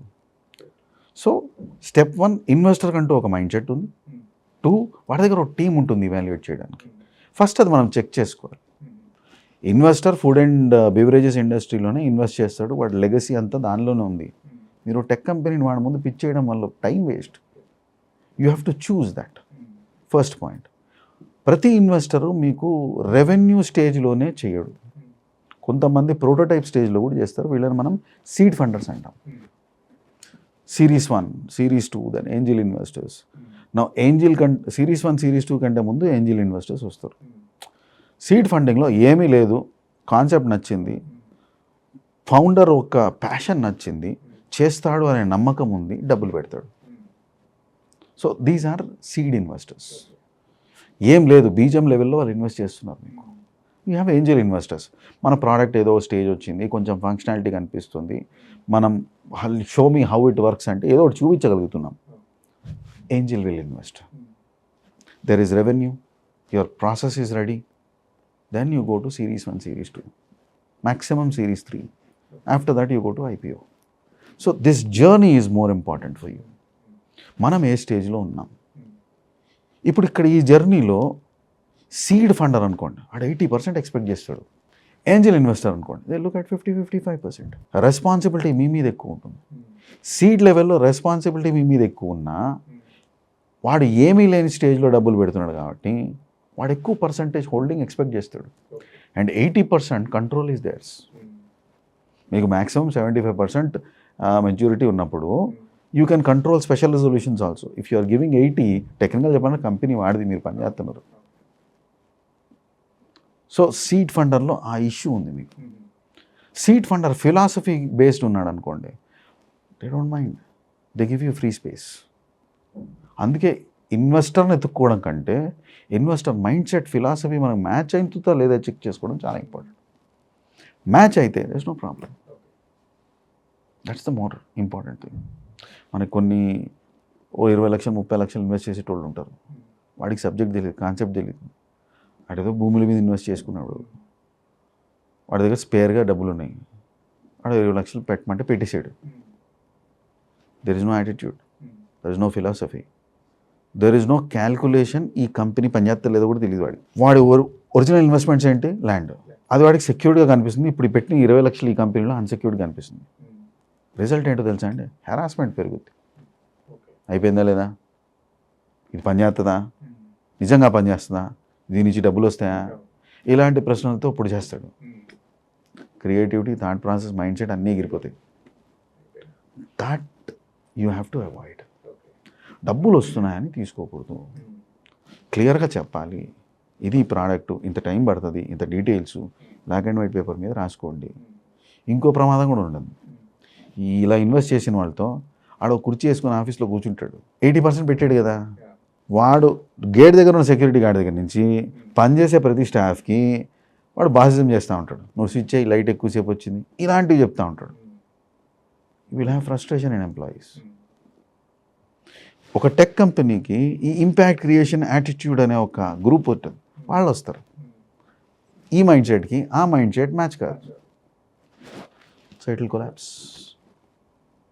This is what is called investment mandate, investment philosophy mapping. అది లేకపోతే కష్టం. వాడు 100 కోట్లు ఇవ్వండి మీకు, మిమ్మల్ని బతకనీయడు అసలు. మీకు ఫ్రీ స్పేస్ లేనప్పుడు ఏం చేస్తారు? So this is required. Most important, ఏ సిరీస్ మీరు పెట్టుకున్నా, ఏ ఇన్వెస్ట్మెంట్ తీసుకున్నా, ఎగ్జిట్ క్లాస్ క్లియర్గా రాసుకోవాలి. నడిచింది, what is the exit clause? నడవలేదు, లాస్ వచ్చింది, ప్రోటోటైప్ పుష్ కాలేదు, what is the exit clause? Exit clause must be as elaborate as possible. ప్రధానంగా ఉండాలి. ఇన్వెస్ట్మెంట్ మ్యాండేట్లో మోస్ట్ ఇగ్నోర్డ్ పార్టీ దిస్. డబ్బులు ఇచ్చాడు కదా, మన దగ్గర డబ్బులు వచ్చినప్పుడు మనకి ఇచ్చేద్దాం. Wrong attitude. రాకపోతే ప్రోడక్ట్ నడవకపోతే ఏంటి పరిస్థితి, అది రాసుకోరు. Over site. వాడు డబ్బులు పెట్టాడు, వాడు ఎక్కువ స్టేట్మెంట్ ఎంకరేజ్ చేయడు, వీళ్ళకి ఆ డబ్బులు వస్తేనే చేయగలరు అనే ఒక థాట్ ప్రాసెస్కి వెళ్ళిపోయారు. So they compromise, which is a threat, biggest threat. No one should do that. Before going for an investment, please be aware with all the terms and Full conditions. clarity you should have. This is what is called line of interest. Line of interest అనేది so called budding ఫౌండర్కి క్లియర్గా ఉండాలి. What is my line of interest, what type of team I will be recruiting, what is the culture of my organisation, which culture investor I should pitch for, does my investor give customers to me, reverse స్ట్రాటజీలు ఏమన్నా చేస్తాడా, ఇవన్నీ మీరు పారామీటర్లు తీసుకుని line of interest రాసుకుంటే మీరు filter చేసుకుంటారు investor. They are many times where you say no also. Shark Tank వెళ్ళి ప్రజెంటేషన్ ఇచ్చిన తర్వాత వాడు డబ్బులు ఇస్తే తీసుకోవాలని రూల్ ఏం లేదు. మీ presentation successful, public knows your product, whether to take the money or not is in your hands. Culture అనేది మనం ఫిట్ చేసుకుంటే plainly you say to the investor, my culture is this, I have understood that your investment and your company's culture is this. Our cultures don't match. I want an investor, but not at this cost. ఇది చెప్పగలగాల. ఆ యాంగ్జైటీలో సంతకాలు పెట్టేస్తారు. It will collapse. మనం 70%, 80% స్టార్టప్లు ఎందుకు success కాలేదు అనే ఒక $1 million క్వశ్చన్లో one among the million answers is this. And these are major core answers. When culture doesn't match, company will not survive. People come with you for salary. People stay in the company for culture. If your culture is improper, they'll go off. No one will stay. That is more important. అది మీరు ముందు decide చేస్తే you know where to pitch, you know where to, you'll save time also. ప్రతి చోట పోయి అదే కథ చెప్పరు. So you know where to go, whom to pitch, where to get. So your system runs. దాన్నే ప్రాసెస్ అన్నాం కదండి లార్జ్ స్కేల్లో. సో ఇన్వెస్టర్స్ మనకి మాట్లాడుకునే అగ్రిమెంట్స్ అన్నీ నార్మల్గా ఉన్నాయి.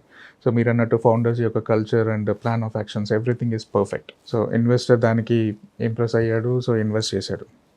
తర్వాత లాంగ్ రన్లో కొలాప్స్ అయిందని అనుకుందాం, డ్యూ టు మార్కెట్లో ప్రోడక్ట్ ఫెయిల్ అవ్వడమో లేకపోతే సంథింగ్ హ్యాపెండ్. సో ఫెయిల్ అయిందని అనుకుందాం. ఇక్కడ లీగల్ టర్మ్స్లో అసలు ఎవరిని పాయింట్అవుట్ చేయాలి? అదే మీకు ఇన్వెస్టర్లో ఎగ్జిట్ క్లాజ్ అని చెప్పింది.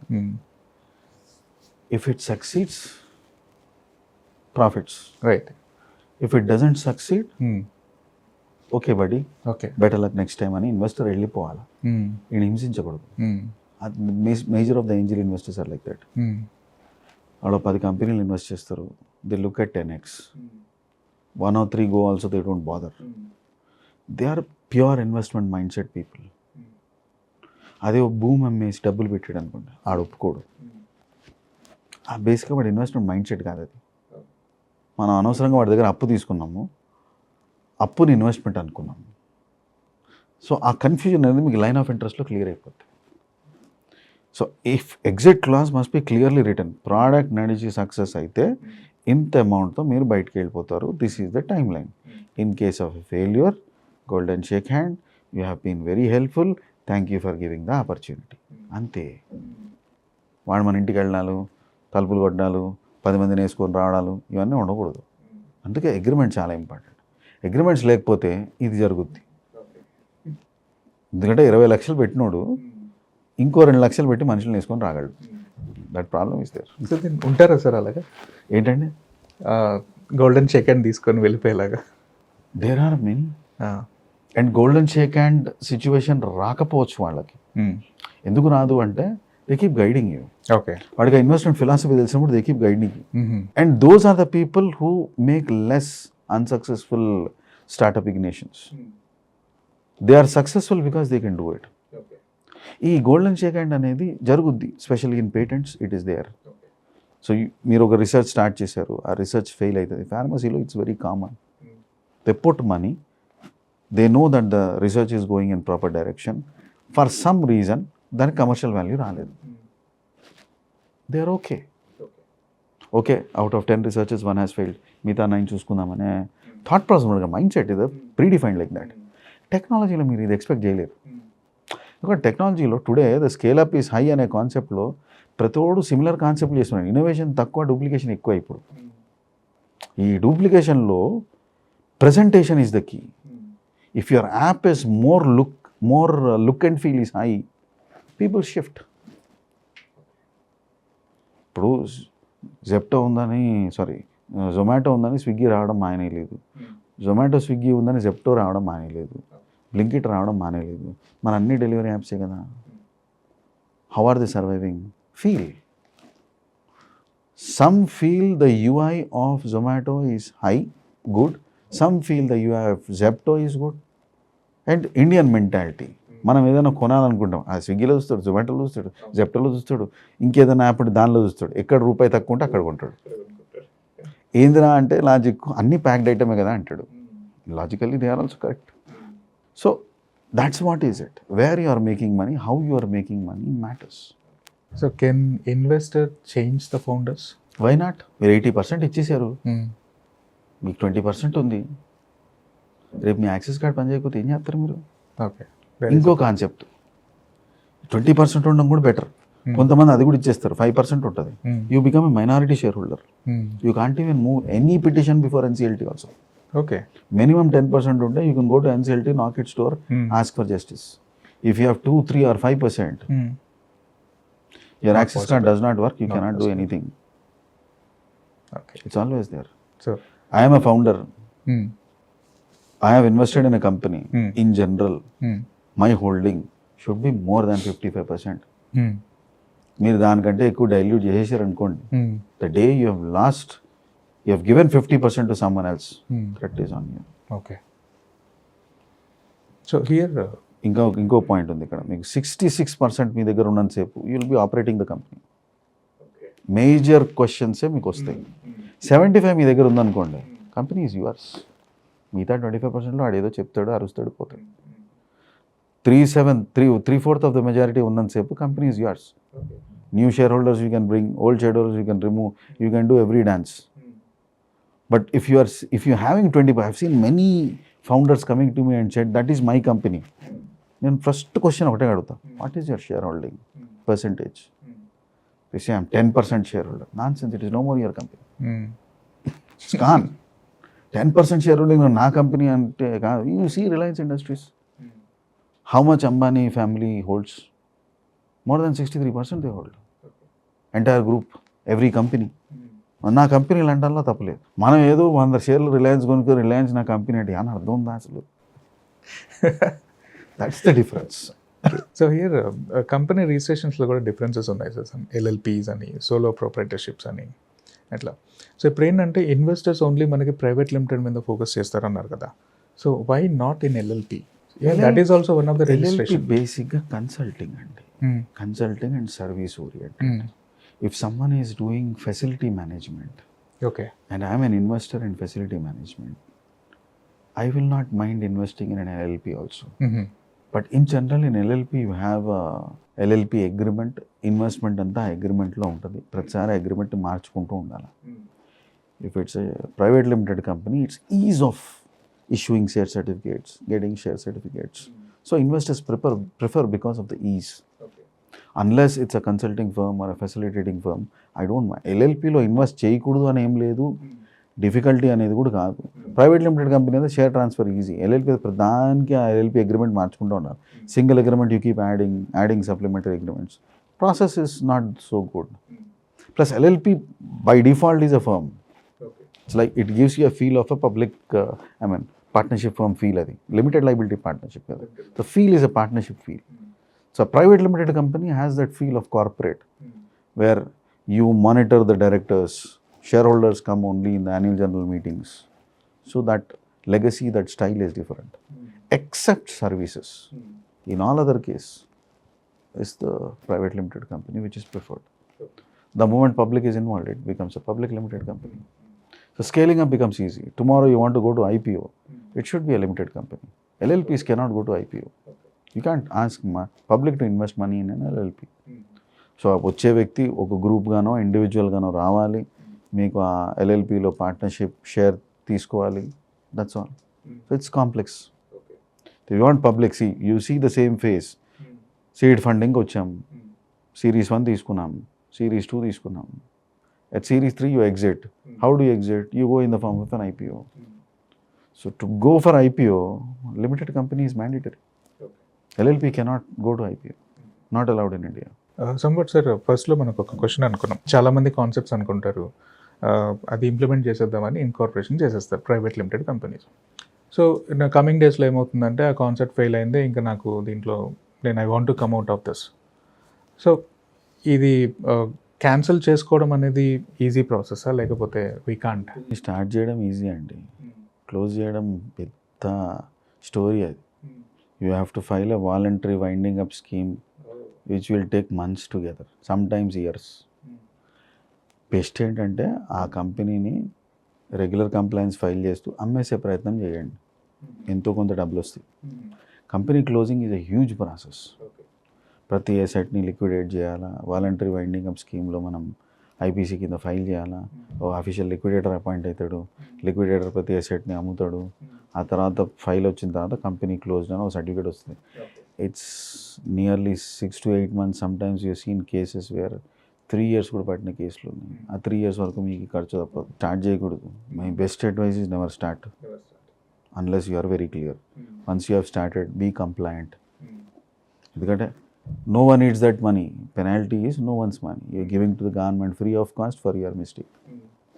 So if you have started, follow it from time to time. Sir, ఇప్పుడు లాస్ట్ టైం, ఇప్పుడు ఇంతకుముందే మనం డిస్కస్ చేసుకున్నాం ఏంటి, ఇన్వెస్టర్ ఒక కంపెనీలో ఇన్వెస్ట్ చేసిన తర్వాత సో అది లాస్ అవుతుందా ప్రాఫిట్ వస్తుందా అనేది నెక్స్ట్ కమింగ్ డేస్లోనే మనకు ఐడెంటిఫై అవుతుంది. Correct. So in case loss అయిపోయింది అని అంటే అయితే మనకు గోల్డెన్ హ్యాండ్స్ అంటున్నారు, లేకపోతే రీఫండ్ అని అంటున్నారు. ఇప్పుడు ఇండియాలో మనకి startup company, startup certifications, startup India అని చెప్పేసి ఒకటి ఉంది.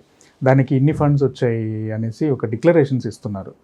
అది నిజంగా స్టార్టప్ కంపెనీస్కి వెళ్ళాయా లేదా? ఈ స్కీమ్స్ అండి బేసిక్గా. స్కీమ్లు ఎట్లా ఉంటాయంటే కొన్ని కొలాటరల్ బేస్డ్ స్కీమ్స్ ఉంటాయి. So government will park funds. Government park చేసే ఫండ్స్ గవర్నమెంట్ పిలిచేసి మనిషికి ఎక్స్గ్రేషియా పేమెంట్ కాదు, ఇదే వరద బాధితులకి ఇచ్చే కాన్సెప్ట్ కాదు. స్టార్టప్ ఫండ్కి ఇస్తున్నామంటే వాట్ బేసికలీ గవర్నమెంట్ ఇచ్చేస్తుందంటే బ్యాంకులకి ఫండ్స్గా రూపం ఇస్తుంది.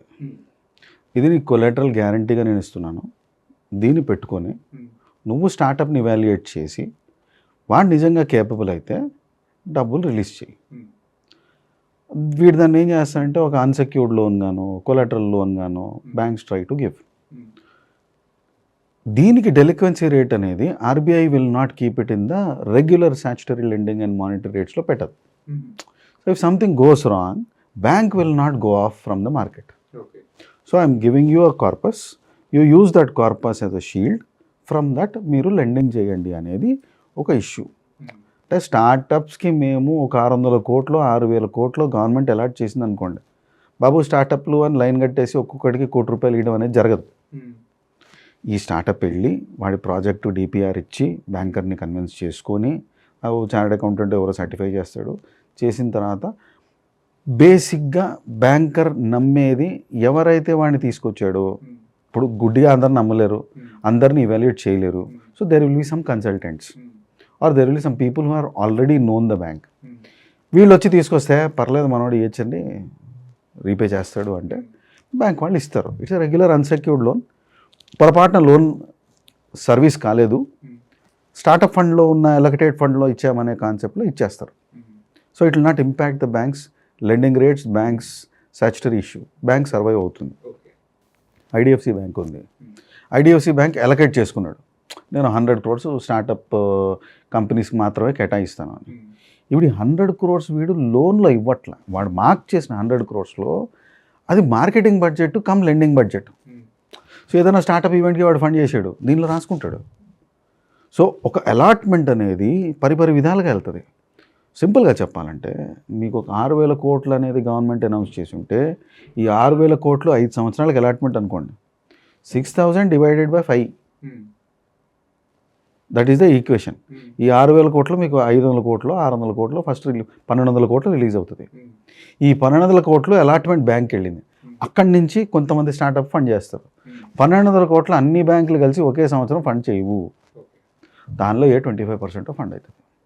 సో మీకు 6,000 కోట్లు 5 సంవత్సరాలకు కనిపించింది. ఇన్ రియాలిటీ 300 కోట్లు మనుషులకు చేరింది అనే ఒక కాన్సెప్ట్లో పెట్టుకుందాం. ఇవి ఇన్వెస్ట్మెంట్స్, రెవెన్యూస్ కాదు. వాళ్ళు మళ్ళీ దీన్ని రిటర్న్ చెయ్యాలి. ఫెయిల్ అయిన స్టార్టప్లు పక్కన పెడితే సక్సెస్ అయిన స్టార్టప్లు ఇంట్రెస్ట్తో సహా రిటర్న్ చేస్తాయి. అది మళ్ళీ పూల్ ఫండ్కి వెళ్ళి సైకిల్ వెళ్తూ ఉంటుంది. This is the cycle in which government schemes run. ఇప్పుడు దీన్ని కొంచెం ఎక్స్టెండ్ చేద్దాం. గవర్నమెంట్ స్కీమ్ సైకిల్ మనుషులు పెట్టుకున్నారు. లోన్ కాదు, ఇన్వెస్ట్మెంటు, నా ఇష్టం నా రాజ్యం అని ఫౌండర్స్ ఫీల్ అయిపోతారు. డిపిఆర్లో మీరు చెక్ చేసుకుంటే ఏది ప్రధానంగా చూసి లెండింగ్ ఇస్తారు అంటే మన క్యాష్ ఫ్లో ఇవాల్టి చెప్తున్నాం. నేను ఇంత సేల్స్ ఉంది, నాకు నా ఎక్స్పెండిచర్ ఇంత, నా ప్రాఫిట్ ఇంత అని మనం చెప్పాం. లోన్ మీరు ఎప్పుడు తీర్చాలా? 5 సంవత్సరాల తర్వాత లేదా 5 సంవత్సరాల లోపల తీర్చాలా. బ్యాంక్ కూడా చూడాల్సింది ఏంటి? ఇప్పుడు 5 years క్యాష్ ఫ్లోస్ ఏంటి projected. They may be wrong, you may over perform also, you may out perform the entire number.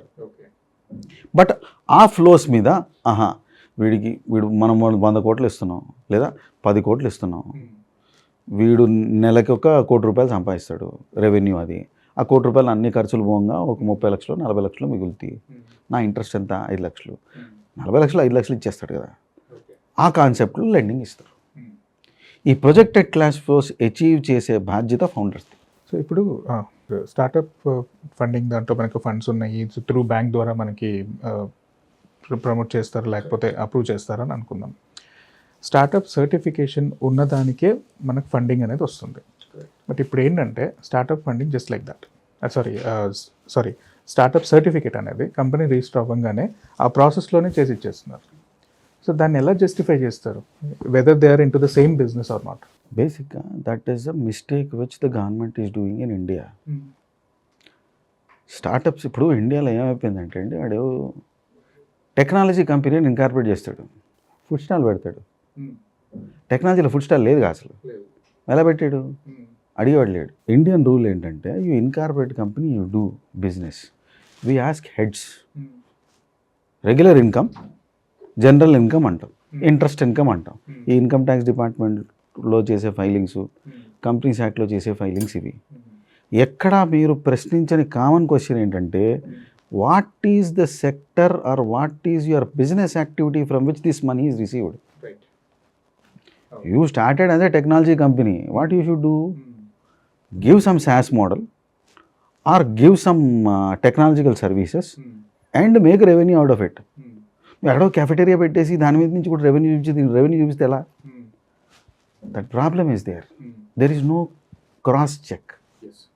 జిఎస్టీలో కూడా you ask for HSN number, I write some number, system is raising bill, people are paying, no one is bothered. What are your objectives of company? They are never cross checked with the revenue generated by you. Now there is further problem with this. When you go for valuation, మీరు వాల్యుయేషన్కి మీ కంపెనీని తీసుకెళ్ళినప్పుడు కింద profit బాగాలేదు, valuation అంతా ఒక రకమైన మాయామశ్చింద్ర case. ఎందుకన్నామంటే వాల్యుయేషన్లో వాడు నీకేం కావాలి అన్నట్టు అడుగుతాడు. టెక్నికల్ వాల్యుయేషన్ ఎలా వచ్చింది అండు. టెక్నికల్ వాల్యుయేషన్ అంటే ఏంటి? ఇందాక మనం అనుకున్న కాన్సెప్ట్. ఈ మంత్ ఏమొచ్చింది క్యాష్ ఫ్లో, ఎంత సంపాదించాడు, చేతికి ఎంత వచ్చింది, ఎంత ఖర్చు పెట్టాడు, మిగిలింది ఎంత, వీటి మన క్యాష్ ఫ్లో అంటున్నాం, ఫండ్ ఫ్లో అనట్లా. ఫండ్ ఫ్లో అంటే రావచ్చు, 10 కోట్ల బిల్ రైజ్ చేశాను, 1 కోటి రూపాయలు ఇచ్చాడు, 9 కోట్లు రావాలి. ఎప్పుడు రావచ్చు? నెక్స్ట్ ఇయర్ రావచ్చు, 5 years తర్వాత రావచ్చు. అది కాదు కదా కావాల్సింది, మనకి యాక్చువల్ క్యాష్ వచ్చింది కావాలి. ఈ క్యాష్ ఫ్లోస్ ఈ మంత్ ఏంటి, నెక్స్ట్ మంత్ ఏంటి, మార్చ్ వరకు ఏంటి, అక్కడి నుంచి 5 years వేసుకునేవన్నీ. మార్చి నుంచి ఎస్టిమేట్, ఫిబ్రవరి వరకు యాక్చువల్. ఈ ఎస్టిమేట్ బేస్ మీద మనం లోన్ ఇచ్చాం. ఇవి రాలేదనుకోండి, లోన్ పరిస్థితి ఏంటి? పోయినట్టే కదా, కట్టలేడు కదా. వాడికి రాంది వాడు లోన్ ఎక్కడి నుంచి కడతాడు? ఇంకో అప్పు తెచ్చి అప్పు కట్టాడుగా. సో లోన్ అనేది డిఫాల్ట్ అయిపోతుంది. సో ఇప్పుడు ఇక్కడ అనుకున్న స్టార్టప్ సర్టిఫికేట్లో ఏదైతే ఉందో వాడు ఏది మెన్షన్ చేసుకున్నా ఇక్కడ ఫండ్ ఇచ్చేసాం. If his business activities are different, మీరు యాక్టివిటీ బేస్ మీద రెవెన్యూ తీసుకుంటే ప్రశ్నించవచ్చు కదా. అదేంటి బాబు నువ్వు సాఫ్ట్వేర్ కర్ తీసుకుంది, మధ్యలో ఈ టెక్స్టైల్ నుంచి రెవెన్యూ ఎక్కడి నుంచి వచ్చింది కానీ అడగచ్చు కదా మీరు. అవును. తెలియనప్పుడు బ్యాంక్లో అకౌంట్లో అమౌంట్ పడిందంటే క్యాష్ వచ్చినట్టు మీరు నిర్ధారించుకుంటాడు. Is it in line of business అనేది మీరు క్వశ్చన్ అడగలేదు. వాడు డైవర్ట్ చేసుకొని ఫండ్స్ వేరే బిజినెస్ చేసుకుంటున్నాడు, అది ఫ్లరిష్ అయిపోయింది అనుకోండి, ఇది ఎక్కిచ్చేస్తాడు. So clearly there is a violation and diversion of funds. మీకు ఎప్పుడు తెలుస్తుంది? వౌచర్ టు వౌచర్ చూసినప్పుడు తెలుస్తుంది. ఎవరు చూస్తారు? అందుకు మీకు డిఫాల్ట్స్ వస్తుంది. Diversion is high. Investor diversion తక్కువ ఉండకపోవచ్చు, బ్యాంక్ నుంచి తీసుకున్న ఫండ్స్కి డైవర్షన్ ఎక్కువ ఉంటుంది. ఎందుకంటే బ్యాంక్ వాడికి ఆల్రెడీ ఇలాంటి వందల కొద్ది వేల కొద్ది అకౌంట్లు ఉంటాయి. వాడు వచ్చి ఏం మానిటర్ చేస్తాడు? ఇన్వెస్టర్ అయితే ఇందాక అనుకున్నట్టు 50 లక్షలు పెట్టాడు అనుకోండి, నెలకు 2 సార్లు వస్తాడు. వాడు 50 లక్షలు పెట్టాడు కాబట్టి వాడికి ఆ పెయిన్ ఉంటుంది. బ్యాంక్ వాడు ఇలాంటి 50 లక్షల మందికి ఇచ్చి ఉంటాడు. వాడు ఎందుకు వస్తాడు? వాడి దగ్గర స్టాఫే లేదు. వాడి దగ్గర బ్యాంక్లో కూర్చొని పనిచేసే స్టాఫే సరిగ్గా లేదు. ఇక ఒక్కొక్కటి దగ్గరికి ఎప్పుడు పంపించాను? ఎప్పుడో 3 నెలలకి డబ్బులు రానప్పుడు పంపిస్తాడు. అప్పటికి వీడు ట్రాన్స్ఫర్ చేసుకోవడం అయిపోయింది, వేరే ఖర్చు పెట్టడం అయిపోయింది, వీడు జెండా ఎత్తేయడం కూడా అయిపోయింది. This problem is predominant. And ఎంత జరిగినా కూడా మీరేం జాగ్రత్తలు తీసుకోరా అని మన బ్యాంకును కూడా అడగలేము. వాడికి ఉన్న స్తోమతలో, వాడికి ఉన్న స్పెక్ట్రంలో అంతకుమించి వాడు చేయలేడు. Limited resources, you are expecting unlimited things to be done. They are not super human beings. కళ్ళు మూసుకోగానే ఆడేం చేస్తున్నాడో తెలియడం అనేది బ్యాంక్ వాడికి రాదు, మనకే రాదు. So that problem is there. Major concept funding వచ్చిన తర్వాత డైవర్షన్ అనేది జరుగుతుంది. Attitude problem. మనం ఎలా అయితే ఇన్వెస్టర్ యాటిట్యూడ్ అసెస్ చేసుకొని మీరు డబ్బులు తీసుకోవాలి అని చెప్పామో, ఫౌండర్స్ యాటిట్యూడ్ కూడా అసెస్ చేసి డబ్బులు ఇవ్వాలి. లేకపోతే మనకు ఆ బ్లూ స్మార్ట్ కార్స్ అని మీకు బెంగళూరులో ఉండింది, ఓ బీభత్సంగా సక్సెస్ఫుల్. అసలు ఎలక్ట్రిక్ వెహికల్స్ కార్ని క్యాబ్ లాగా చేయటం అనేది ఒక ఇన్నోవేషన్, ఒక వెంచర్. ఓ జెండా ఎత్తేసారు. నువ్వు తోపు అసలు నీ magical thinking, next innovative thinker, పెద్ద పెద్ద టైటిల్ ఇచ్చేసారు. వాడు ఏం చేశాడు? అక్కడ ఇల్లు కొనుక్కున్నాడు, ఇక్కడ ఇల్లు కొనుక్కున్నాడు, ఆ తమ్ముడి పేరు మీద పెట్టాడు, ఇది అక్క పేరు మీద పెట్టాడు, అది ఇంకోటి పేరు మీద పెట్టాడు. వాడు వెళ్ళి జల్సాలు చేసుకున్నాడు. మామూలుగా ఎకానమీ ఫ్లైట్లో ఇండిగోలో అటు ఇటు ట్రావెల్ చేసే వ్యక్తి సడన్గా ఎమిరేట్స్ బిజినెస్ క్లాస్లో ట్రావెల్ చేయడం మొదలెట్టాడు. అంటే డబ్బులు లేనప్పుడు మనం ఉడిపిలో తింటాం, డబ్బులు ఉన్నప్పుడు ఉదయపూర్ ప్యాలెస్లో తింటాం, కింద తినం. అసలు అలా అలవాట్లేదు. ఇంకా అక్కడి నుంచే బయటకు వచ్చిన ఫీలింగ్లో ఉంటారు. ఈ యాటిట్యూడ్ వల్లే ప్రమాదాలు జరుగుతాయి. అది రిస్క్ అండి. మీకు డబ్బులు ఇచ్చింది అది రెవెన్యూ కాదుగా, బాధ్యత కదా. ఇన్వెస్టర్ మీకు డబ్బులు ఎందుకు పెట్టాడు? నువ్వు ప్రాఫిట్ సంపాదించి నువ్వు 4 రూపాయలు తింటావు, నేను 4 రూపాయలు తింటాం అనేది కదా. మనం 4 రూపాయలు తినాలి, మొత్తం 10 రూపాయలు తినేస్తే that is the problem. Investment వచ్చిన తర్వాత రాకముందేమో మీరు అన్నట్టు ఉడిపి హోటల్, ఇక వచ్చిన తర్వాత నిలబడి ఛాయ్ తాగుతాడు, నిలబడి 10 రూపాయల ఛాయ్ 10 సార్లు తాగుతాడు. అవును. అదే డబ్బులు వచ్చాయనుకోండి, మందా పక్కోడదా అని అనవసరం. అక్కడికి టాప్ రెస్టారెంట్స్కి వెళ్ళి మనం అదే పాలు, అదే చక్కెర, అదే మనం పోసుకొని దానికి 400 రూపాయలు ఇచ్చి మరి బయట. అవును. అదే కొద్ది రోజుల తర్వాత కమింగ్ డేస్ లో ఫెయిల్ అయింది అనుకోండి, ఉడిపి హోటల్ రాలేదు సార్ అక్కడికి కూడా. అది కూడా కరెక్టే. అప్పుడు అవును అవును. అదే సార్, ఒక స్ట్రాటజీ ప్లానింగ్ అనేది so the people has to implement. So once ఒకసారి ఏదో స్టార్ట్అప్ ఇండియా సర్టిఫికేషన్ వచ్చేసింది కదా అని చెప్పేసి ఏదో మాట్లాడేసుకొని ఫండింగ్స్ తీసేసుకొని ఎలా పడితే అలా చేసి మిస్లీడింగ్స్ అంతా అవ్వకుండా something has to build. System has to build అండి. మీరు చెప్పింది కరెక్టే. Government has to emphasise stating that if you are receiving funds in foods and beverages segment only and you are having one store in mall, that has to be food segment only. నేను పక్కన సైడ్లో టోపీలు కూడా అమ్ముతాను, తర్వాత నేను cosmetics, gifts and wrappers అమ్ముతానంటే కూడా నువ్వు licence ఇవ్వకూడదు. అలా నిజంగా వాడు పెడితే హెవీ పెనాల్టీస్ ఛార్జ్ చేయండి, ఇంకో ట్రై చేయడు. This is what happens in countries like UAE and Dubai. మీరు రెండే ఇస్తాడు మీకు ఆప్షన్, నువ్వు ఏం చేద్దాం అనుకుంటున్నావు, టెక్నాలజీ, కోడింగా, డెవలప్మెంటా. కోడింగ్ డెవలప్మెంట్ అన్నాను అనుకో, డెవలప్మెంట్లో ఏంటి, లైనెక్స్, ఓఎస్, ఏ ఆపరేటింగ్ సిస్టమ్ అంటాడు, మనం అదే చేయాలి. మనం లైనెక్స్ అని రాసి మైక్రోసాఫ్ట్ ఆపరేటింగ్ సిస్టమ్ వెళ్తే ఇంక మన కంపెనీ ఉండదు. వాడు అలాంటి పెనాల్టీలు వేస్తాడు. భయంతో మనుషులు పనిచేయడం అనేది ట్రెండ్ అయిపోయింది. అది ఎలా ఉందండి సార్, ఇప్పుడు రీసెంట్ ఢిల్లీలో సమిట్ అయింది, ఏఐ సమిట్. దాంట్లో ఒక ఇన్సిడెంట్ జరిగింది తెలుసా? ఏంటండి? తమ యూనివర్సిటీ వీళ్ళు వచ్చేసి ఒక ప్రోడక్ట్ చైనా నుంచి ఇంపోర్ట్ చేసుకొని అది ఇక్కడ మేము చేసామని చెప్పి ఎక్స్ప్లోర్ చేశారు.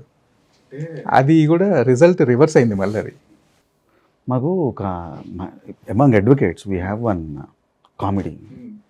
మాకు కామెడీ తక్కువ, కానీ మా దగ్గర కూడా ఒక కామెడీ అప్పుడప్పుడు ఉంటుంది. మీకు కాపీ రైట్స్ యాక్ట్ అని ఒకటి ఉండేది.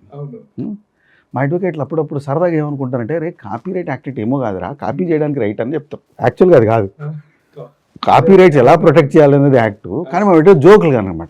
అరే కాపీ చేయడానికి రైట్ నువ్వేం టెన్షన్ పడకని మళ్ళీ మేమే చదువుకుంటూ ఉంటాం. ఆడేం చెప్పాడు, ఎవడు ఓనర్షిప్ ఏంటి, ఎలా వచ్చింది, రైట్ ఏంటి, కోడ్ ఏంటి అని మేము చూసుకుంటాం. ఇక్కడ ఏమైపోయిందంటే అండి, ఇంపోర్ట్లో ఇప్పుడు అదేదో మీరు ఆపరేటర్స్ అన్నారు, రోబో డాగ్. అది ఈ రోబో డాగ్ వాడిది అని వాడు చెప్పి ఉన్నాడు. ఎవరిదైతే అదో ఇన్వెన్షనో వాడెక్కడో పబ్లిసిటీ చేసి ఉంటే ఎవడో చూసి, ఇప్పుడు మనకి టెక్నాలజీ కదా, ప్రతి ఓడు ఏదన్నా రోడ్డు మీద ఇన్సిడెంట్ అయితే వాడిని కాపాడడం మానేసి ముందు వీడియో తీయడం ప్రధానం అయిపోయింది. నేను ఇది లైవ్ చేసి నాకు లైక్ వచ్చిందా లేదా అనేది పాయింట్. ఆ రోడ్డు మీద యాక్సిడెంట్ అయి పోని మనం ఫోన్లో మాత్రం క్యాప్చర్ అవ్వాలి.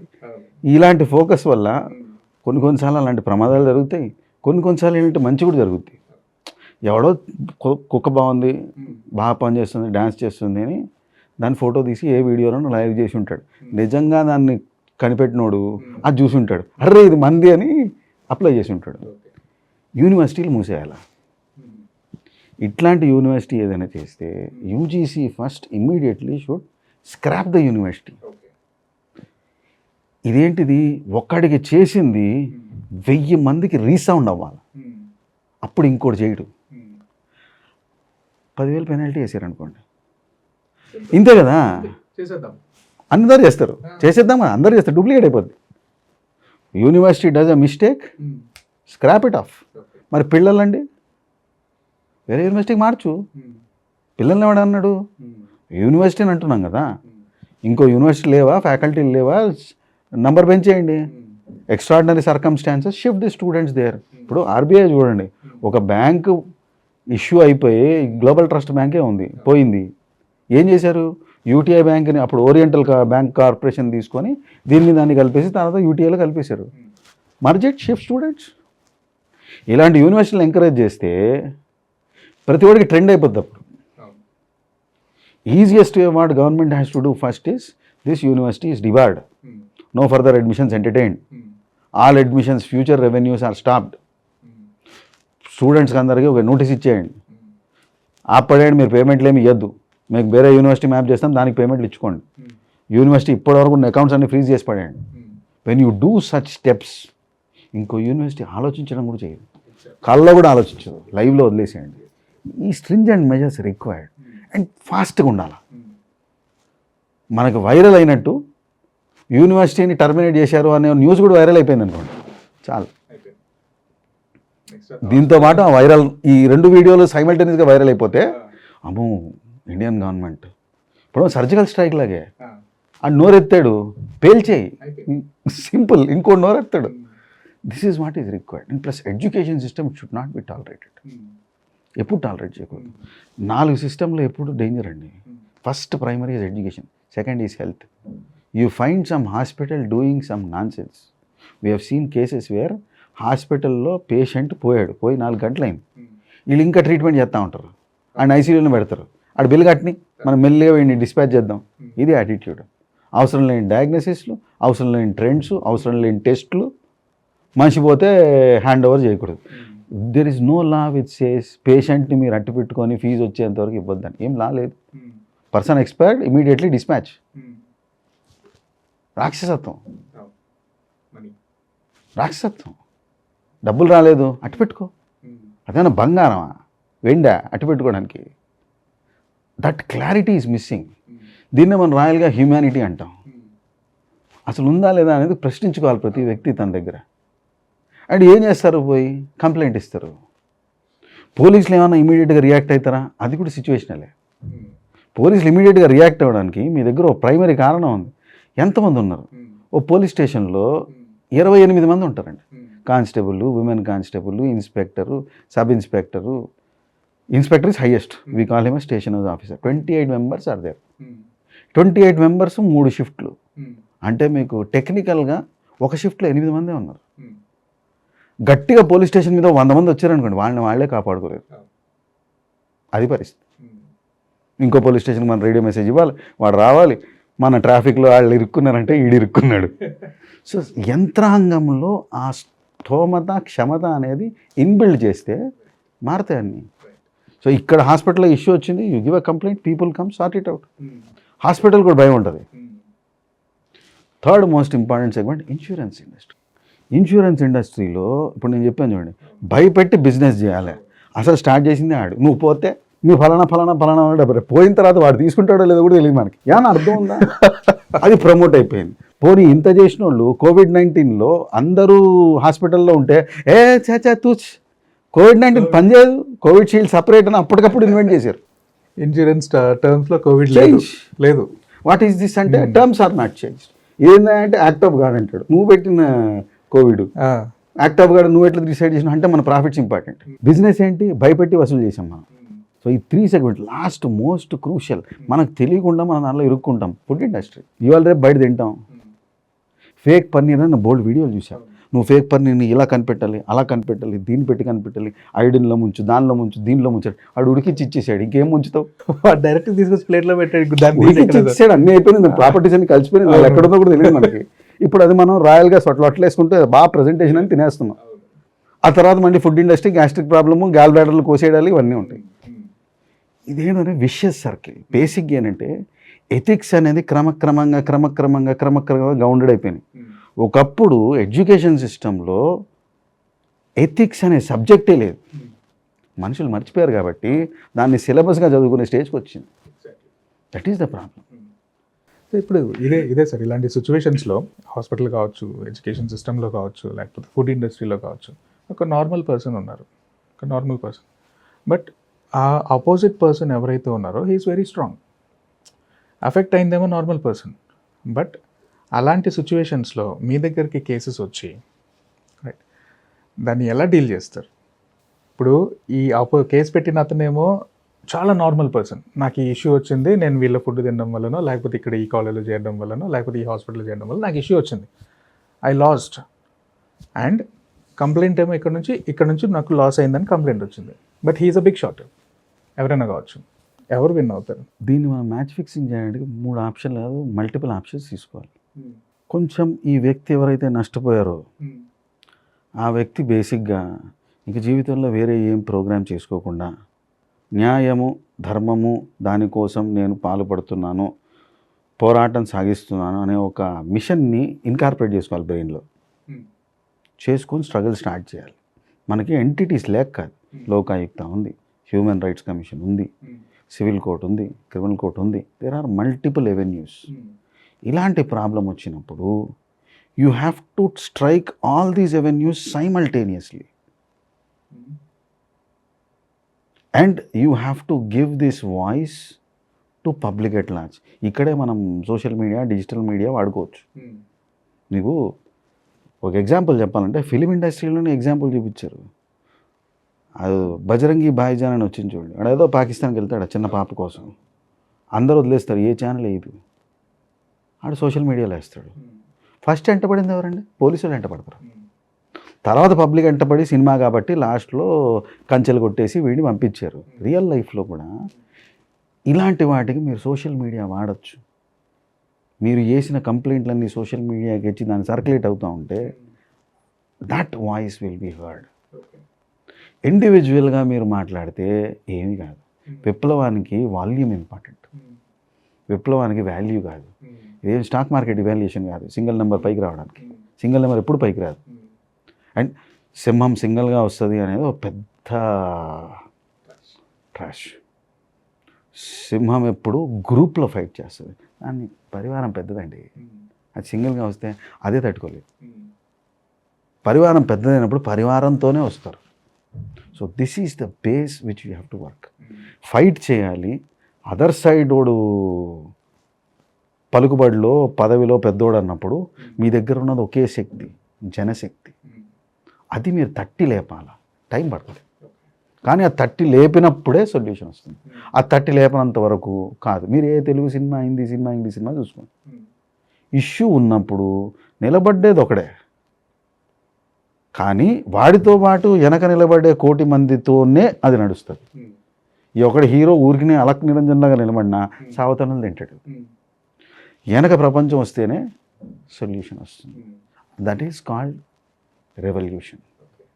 That will come, that will definitely come. మీకు ఒక రోజు కాదు, 2 రోజులు కాదు, 3 రోజులు కాదు, ఖచ్చితంగా వస్తుంది. That is required. దానికి today we have avenue as social media. ఏది వాడి ఛానల్ వేసుకున్నా కూడా నడుస్తుంది, కాకపోతే వాయిస్ కరెక్ట్గా చెప్పాలి. ఆర్టీఏ అనే రైట్ టు ఇన్ఫర్మేషన్ అనే అప్లికేషన్ వచ్చినప్పుడు ఇష్యూస్ అన్నీ ఐడెంటిఫై చేయడానికి గవర్నమెంట్ పాలసీలన్నీ స్పెసిఫిక్గా తీసుకొని వాటిని ఒక డాక్యుమెంటేషన్ చేసుకొని ఈ పాలసీలు ఇంప్లిమెంట్ చేయలేదు అని యాజిటేట్ చేసిన వాళ్ళు అయితే గుడ్ జర్నలిస్టులు అయ్యారు, లేకపోతే మంచి లీడర్లు అయ్యారు. They are available in the country. ఎందుకు అయ్యారు? వాళ్ళు ఒక కాజ్ కోసం స్టార్ట్ చేశారు. ఆ స్టార్ట్ చేసింది దే స్టిక్ టు ఇట్. మధ్యలో వదిలేస్తే ఎవడు పట్టించుకోడు. స్టార్టింగ్లో అసలు పట్టించుకోరు. కొంచెం పేరు వచ్చిన తర్వాత మెయింటైన్ చేయాలి. పైకి వచ్చిన తర్వాత you have to stick to that values which you have started. మనం దగ్గర చెప్పాను చూడండి, ఎథిక్స్ లేవు కాబట్టి బుక్లు వచ్చాయి. ఇప్పుడు ఆ బుక్ పర్సానిఫికేషన్లో ఒక వ్యక్తిలో కనిపిస్తుంది, public follows. That is required. అది లేకపోతే చాలా కష్టం. ఖచ్చితంగా ఈ మనిషి చేయగలడు and we will support those people. అందుకే ఫస్ట్ క్వశ్చన్ మేము అడిగేది అదే, వాట్ డూ యూ వాంట్? ఏం సొల్యూషన్ కావాలి నీకు? ఒక యాక్సిడెంట్లో చిన్న పాప చచ్చిపోయింది, ఎవడి మిస్టేక్? డ్రంక్ అండ్ డ్రైవ్ వచ్చి కొట్టేశాడు. Okay, what next? నాకు కాంపెన్సేషన్ కావాలా? విప్లవం రాదే. నీ కూతురు పోయింది, నీకు కాంపెన్సేషన్ కావాలా? ఇది ఎక్కడ అరచకం? నా కూతురు పోయిందండి, ఇంకో ఆడపిల్లకి ప్రాబ్లం రాకూడదు, చిన్న పిల్లలు కాపాడబడాలి, ఇది కాపాడడానికి మున్సిపల్ రోడ్స్లో డివైడర్స్ ఉండాలి, డ్రంక్ అండ్ డ్రైవ్ వాళ్ళని ఇమీడియట్గా శిక్షించి ఎక్స్ట్రా యాక్టివిటీస్ చేయాలి, వాళ్ళు ఇంకోసారి అలాంటి తప్పు చేయకుండా చూడాలి, దీనికోసం నేను పోరాడుతున్నాను. ఇది విప్లవానికి బీజం. నాకు కాంపెన్సేషన్ వస్తే చాలు అనేది విప్లవం కాదు, స్వార్థం. ఆ వ్యక్తి ఏ సైడ్ ఉన్నాడని ఇంపార్టెంట్. స్వార్థం సైడ్ ఉన్నాడు అనుకోండి, ఓ సివిల్ కేసు ఏంటి పంపించేసేయండి. అయినప్పుడైతే నిజంగా మార్పు కోసం పాటుపడుతున్నాడు అనుకోండి, అప్పుడు work on all corners, explore human rights, explore Lokayukta, explore criminal proceedings, do everything that is needed. ఇలాంటి వాళ్ళు కావాలి ప్రపంచానికి. వాళ్ళని కూడా ప్రొటెక్ట్ చేయడానికి రెస్పాన్సిబిలిటీ తీసుకుంటే సరిపోతుంది. రీడైరెక్షన్లో మళ్ళీ పోలీస్ డిపార్ట్మెంట్ వచ్చింది. ఇక్కడ ఏంటంటే సార్, నేను అబ్జర్వ్ చేసింది ఏంటంటే, నాట్ ఓన్లీ నేనే కాదు, అందరూ ఫేస్ చేస్తున్న మెయిన్ రీజన్ ఏంటి అని అంటే, ప్రశాంతంగా మార్నింగ్ ఆఫీస్కి వెళ్దామనంటే బ్యారిగేడ్స్ అడ్డం పెట్టి మరీ పోలీసు వాళ్ళు వెయిట్ చేస్తుంటారు. We have to take a key. అది అసలు యాక్చువల్గా రూల్ ఉందా లేదా? లేదండి, లేదు. Then why they're openly doing that? Uniform strength అనేది ఒక ఫీలింగ్ ఉంటుందండి. They do to every one except advocates, because we know they cannot do it. అందుకే మా కార్లకి స్టిక్కర్లు ఉంటాయి, మా బండ్లకి స్టిక్కర్లు ఉంటాయి. అది ట్రై చేయడు, ఎందుకు వచ్చింది గోలా అనుకుంటాడు. Rule of law says challans pending ఉంటే పోలీసు వాడు ఆపచ్చు, ప్రాబ్లం లేదు. ఆపి, నానా బాబు నీ 5 చలాన్లు ఉన్నాయి నాన్న, కట్టేసుకో అని పంపించేయాలి. కీ తీసుకున్నాడు అనుకోండి, వీడియో రికార్డ్ చేయండి, అప్లోడ్ చేయండి, ఆఫీసర్ పేరు డైరెక్ట్గా తీసుకోండి, ఏదైతే పేరు నేమ్ బ్యాడ్జ్, అంటే పోలీసు వాళ్ళకి నేమ్ బ్యాడ్జ్లు ఉంటాయి, ఆ నేమ్ బ్యాడ్జ్ బాగా క్లియర్గా వచ్చేటట్టు చేస్తే you can happily see that fellow is suspended beyond duty is doing. If there is an information, ఫలానా బండిలో డ్రగ్స్ ఉండే ఛాన్స్ ఉంది అని ఇన్ఫర్మేషన్ ఉంది, వాడు మీకు తీసుకున్నాడు, వెహికల్ సెర్చ్ చేశాడు, పంపించేసాడు, ఏం దొరకలేదు, దట్స్ యాక్సెప్టెడ్. ఇది ఎప్పుడు జరుగుద్ది? ఒక చెక్ పోస్ట్లో ఒక authorised person or regular source of information నుంచి వెహికల్ మూమెంట్లో డ్రగ్స్ ఉన్నాయి అనే ఒక న్యూస్ వచ్చినప్పుడు పోలీస్ చెక్ చేస్తారు. ఇది మీరు ఎలక్షన్స్ అప్పుడు కూడా చూస్తారు, బండ్లన్నీ ఆపేస్తారు, డిక్కీలు చూస్తారు, బాక్స్లు ఏమైనా ఉంటే ఓపెన్ చేయమంటారు. ఏమైనా క్యాష్ మూమెంట్ ఉంది that can cause hamper to the entire system అనే ఒక ఫోకస్ ఉన్నప్పుడు దట్ ఈజ్ యాక్సెప్టెడ్. ఒక చలాన్ కోసం ఆపి బండి కీస్ తీసుకునే హక్కు లేదు. వాడు కలెక్షన్ ఏజెంట్ కాదు, పోలీస్ ఆఫీసర్, వాడికి ఒక డ్యూటీ ఉంది. Is a public servant, is a responsible public servant, is not suppose to do. చేస్తే సింపుల్గా చెప్పండి, బాబు రాసిరా నాన్న, చలాన్ కోసం నువ్వు నా బండి ఆపావు, నా కీ తీసుకున్నా అని కీ పెట్టుకొని నీ దగ్గర రాసి ఉద్యోగం పొందాడిది. డైరెక్ట్ చెప్పండి, నువ్వు రాసి నీ పీసీ నెంబర్ రాసి ఇచ్చేయి, పెట్టుకొని దగ్గర బండి ఎంతసేపు పెట్టుకుంటా పెట్టుకో, నేను తెచ్చుకుంటా. జనాల్లో ఈ క్లారిటీ వచ్చినప్పుడు పోలీస్ విల్ బిహేవ్ నార్మల్. ఈ క్లారిటీ లేనప్పుడు సార్ సార్ సార్ సార్ అనే ఒక ఫీలింగ్ వస్తుంది. మీరు హెల్మెట్ పెట్టుకోండి, బైక్ని రాంగ్ రూట్లో నడిపించకండి, ఏ రూట్లో వెళ్ళాలో వెళ్ళండి, సిగ్నల్ ఆగినప్పుడు ఆపండి. అప్పుడు వాడికి ఈ తీసుకుంటే ఈ ధైర్యంతోనే మీరు చెప్తారు. మనమే రాంగ్ రూట్లో వెళ్ళినప్పుడు ఏం చెప్తాం? అది పబ్లిక్లో కూడా ప్రాబ్లం ఉంది sir. You are on right side, you can question that fellow. He has uniform, it's a duty which they are suppose to do. It's not their right. They cannot stop, they can stop you. ఏమని ఆపాలా ఆపాలి, చూడండి చలాన్స్. మనం వెళ్ళిపోతాం, signal cross చేసాం, వాడు capture చేసాడు. ఇంకోటి కూడా ఉంది, వాడు మొబైల్ ఫోన్లో ఫోటోలు తీసి మీకు చలాన్లు వేయడాలు not in law. There are specific cameras. ఆ స్పెసిఫిక్ కెమెరాస్లో తీసిన ఫోటోగ్రాఫే చలాన్కి ఎలిజిబుల్. మీరు ఏదైనా వెళ్తున్నారు, బ్యారిగేడ్ ఉంది, మీరు బ్యారిగేడ్ తీయడానికి వస్తున్నారు, పోలీసు వాడు ఇట్లా మొబైల్ పెట్టుకొని ఇలా వీడియో తీసాడు అనుకోండి, అన్ఆథరైజ్డ్. మీరు కూడా మొబైల్ పెట్టి తీయండి. And always remember, badge name కరెక్ట్గా రావాలి. ఎవరి మీద కేసు వేస్తారు మీరు? ఐడెంటిఫై చేయాలి కదా. ఇందాక మనకున్న సైబర్ క్రైమ్ కేసులో కూడా ఎక్యూజ్డ్ అన్నోన్ అని రాస్తాం, తెలియదు కాబట్టి. ఎక్యూజ్డ్ నోన్ అంటే మీరు పనిష్మెంట్ ఇస్తారు. ఎక్యూజ్డ్ అన్నోన్ అంటే మీరు ఏం చేయాలి? ముందు ఎక్యూజ్ని కనుక్కోవాలి, తర్వాత అని లోపలేయాలి. Same concept. మీరు పోలీసు జూమ్ చేసి వాడి ఫేసు, ఆ బ్యాడ్జ్ రెండు వచ్చేటట్టు తీసుకొని, చలో బై నేను ఇక్కడే ఉంటా, తీసుకో, ఎంతసేపు వీడియో తీసుకుంటావు. Then you take a complaint, we will support. When it is wrong, it is wrong. When it is right, it is right. If a police officer does also, there is no exception. చాలా issues ఉన్నాయి sir. ఇప్పుడు Hyderabad traffic మనకి తెలిసిందే. సో peak టైంలోనే ఇలాంటివి కనబడుతుంటాయి and traffic form అయిపోతుంది. ఆబ్వియస్లీ ట్రాఫిక్ ఫామ్ అయిపోతుంది. సో అలాంటివి ఓవర్కమ్ చేసుకోవాలి. చాలామంది they are silent people. You can immediately give complaint to the concerned circle, stating that this is the time, these are the issues.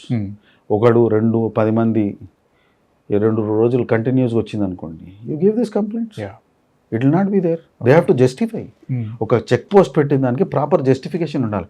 నాకు నచ్చింది వాళ్ళని రోడ్ మీద పెట్టుకుంటాను చెక్ పోస్ట్ కాదు, నీకు ఒక పేస్ రూల్ ఉండాలి. You cannot do as you like. Okay, there is a process, there is something. ఇప్పుడు యంత్రాంగం కూడా క్రైమ్ రిపోర్ట్ మీటింగ్స్ ఉంటాయి, ట్రాఫిక్ కంట్రోల్ మీటింగ్స్ ఉంటాయి, CM route or ministers route meetings ఉంటాయి. రూట్ మీటింగ్స్ ఉండేటప్పుడు దే టెల్, అరే ఇక్కడ ఇన్ని గల్లీలు ఉన్నాయి, ఈ గల్లీ నుంచి ఇంతమంది రావచ్చు, ఇక్కడ ఇంతమంది పోస్ట్ ఉండాలా, వీళ్ళు ఇక్కడ చూడాలా. మీరు ఒకటి గమనించండి, ఒక వ్యక్తి వస్తున్నాడు, VVIP, he is coming on the road. Police will not see the road and salute him. Police will be seeing the opposite side of the road. ఆ గల్లీ నుంచి ఎవరైనా వస్తే వాడిని ఆపడం వాడి బాధ్యత, వీడికి సెల్యూట్ కాదు. Responsibility. Every public servant job has responsibility. It responsibility and accountability. It is not having ego and focus. అది కాదు, వాళ్ళ పనులు చేయాలి. It's their job. Their job is to see that the VIP is protected, his life is important because state is being protected. So వాళ్ళ life protect చేయడానికి they don't see them also. They try to see if there is any interference from some lane which is coming, sudden vehicle may come up. అందుకోసం వాళ్ళ vehicles at side చూస్తారు, road చూడరు. ప్రతిదానికి ఒక process ఉంది, ఒక procedure ఉంది. అది ఫాలో అయిన మనం కరెక్ట్గా ఉంటే వాళ్ళని క్వశ్చన్ చేయొచ్చు. మనమే రాంగ్ రూట్లో పోయి ఓవర్ స్పీడ్లో పోతే వాడిని ఏం క్వశ్చన్ చేస్తామండి? ఇప్పుడు వాడు చెప్పింది కరెక్ట్ అవుతుంది కదా. Sir thank you so much, చాలా ఇన్ఫర్మేషన్ ఇచ్చారు. అండ్ అసలు ఇంకా మంచి మంచి టాపిక్స్ మీద మళ్ళీ మనం కనెక్ట్ అవుదాం sir. Sure right. For your valuable time and for your valuable information. Thank you so much. My pleasure.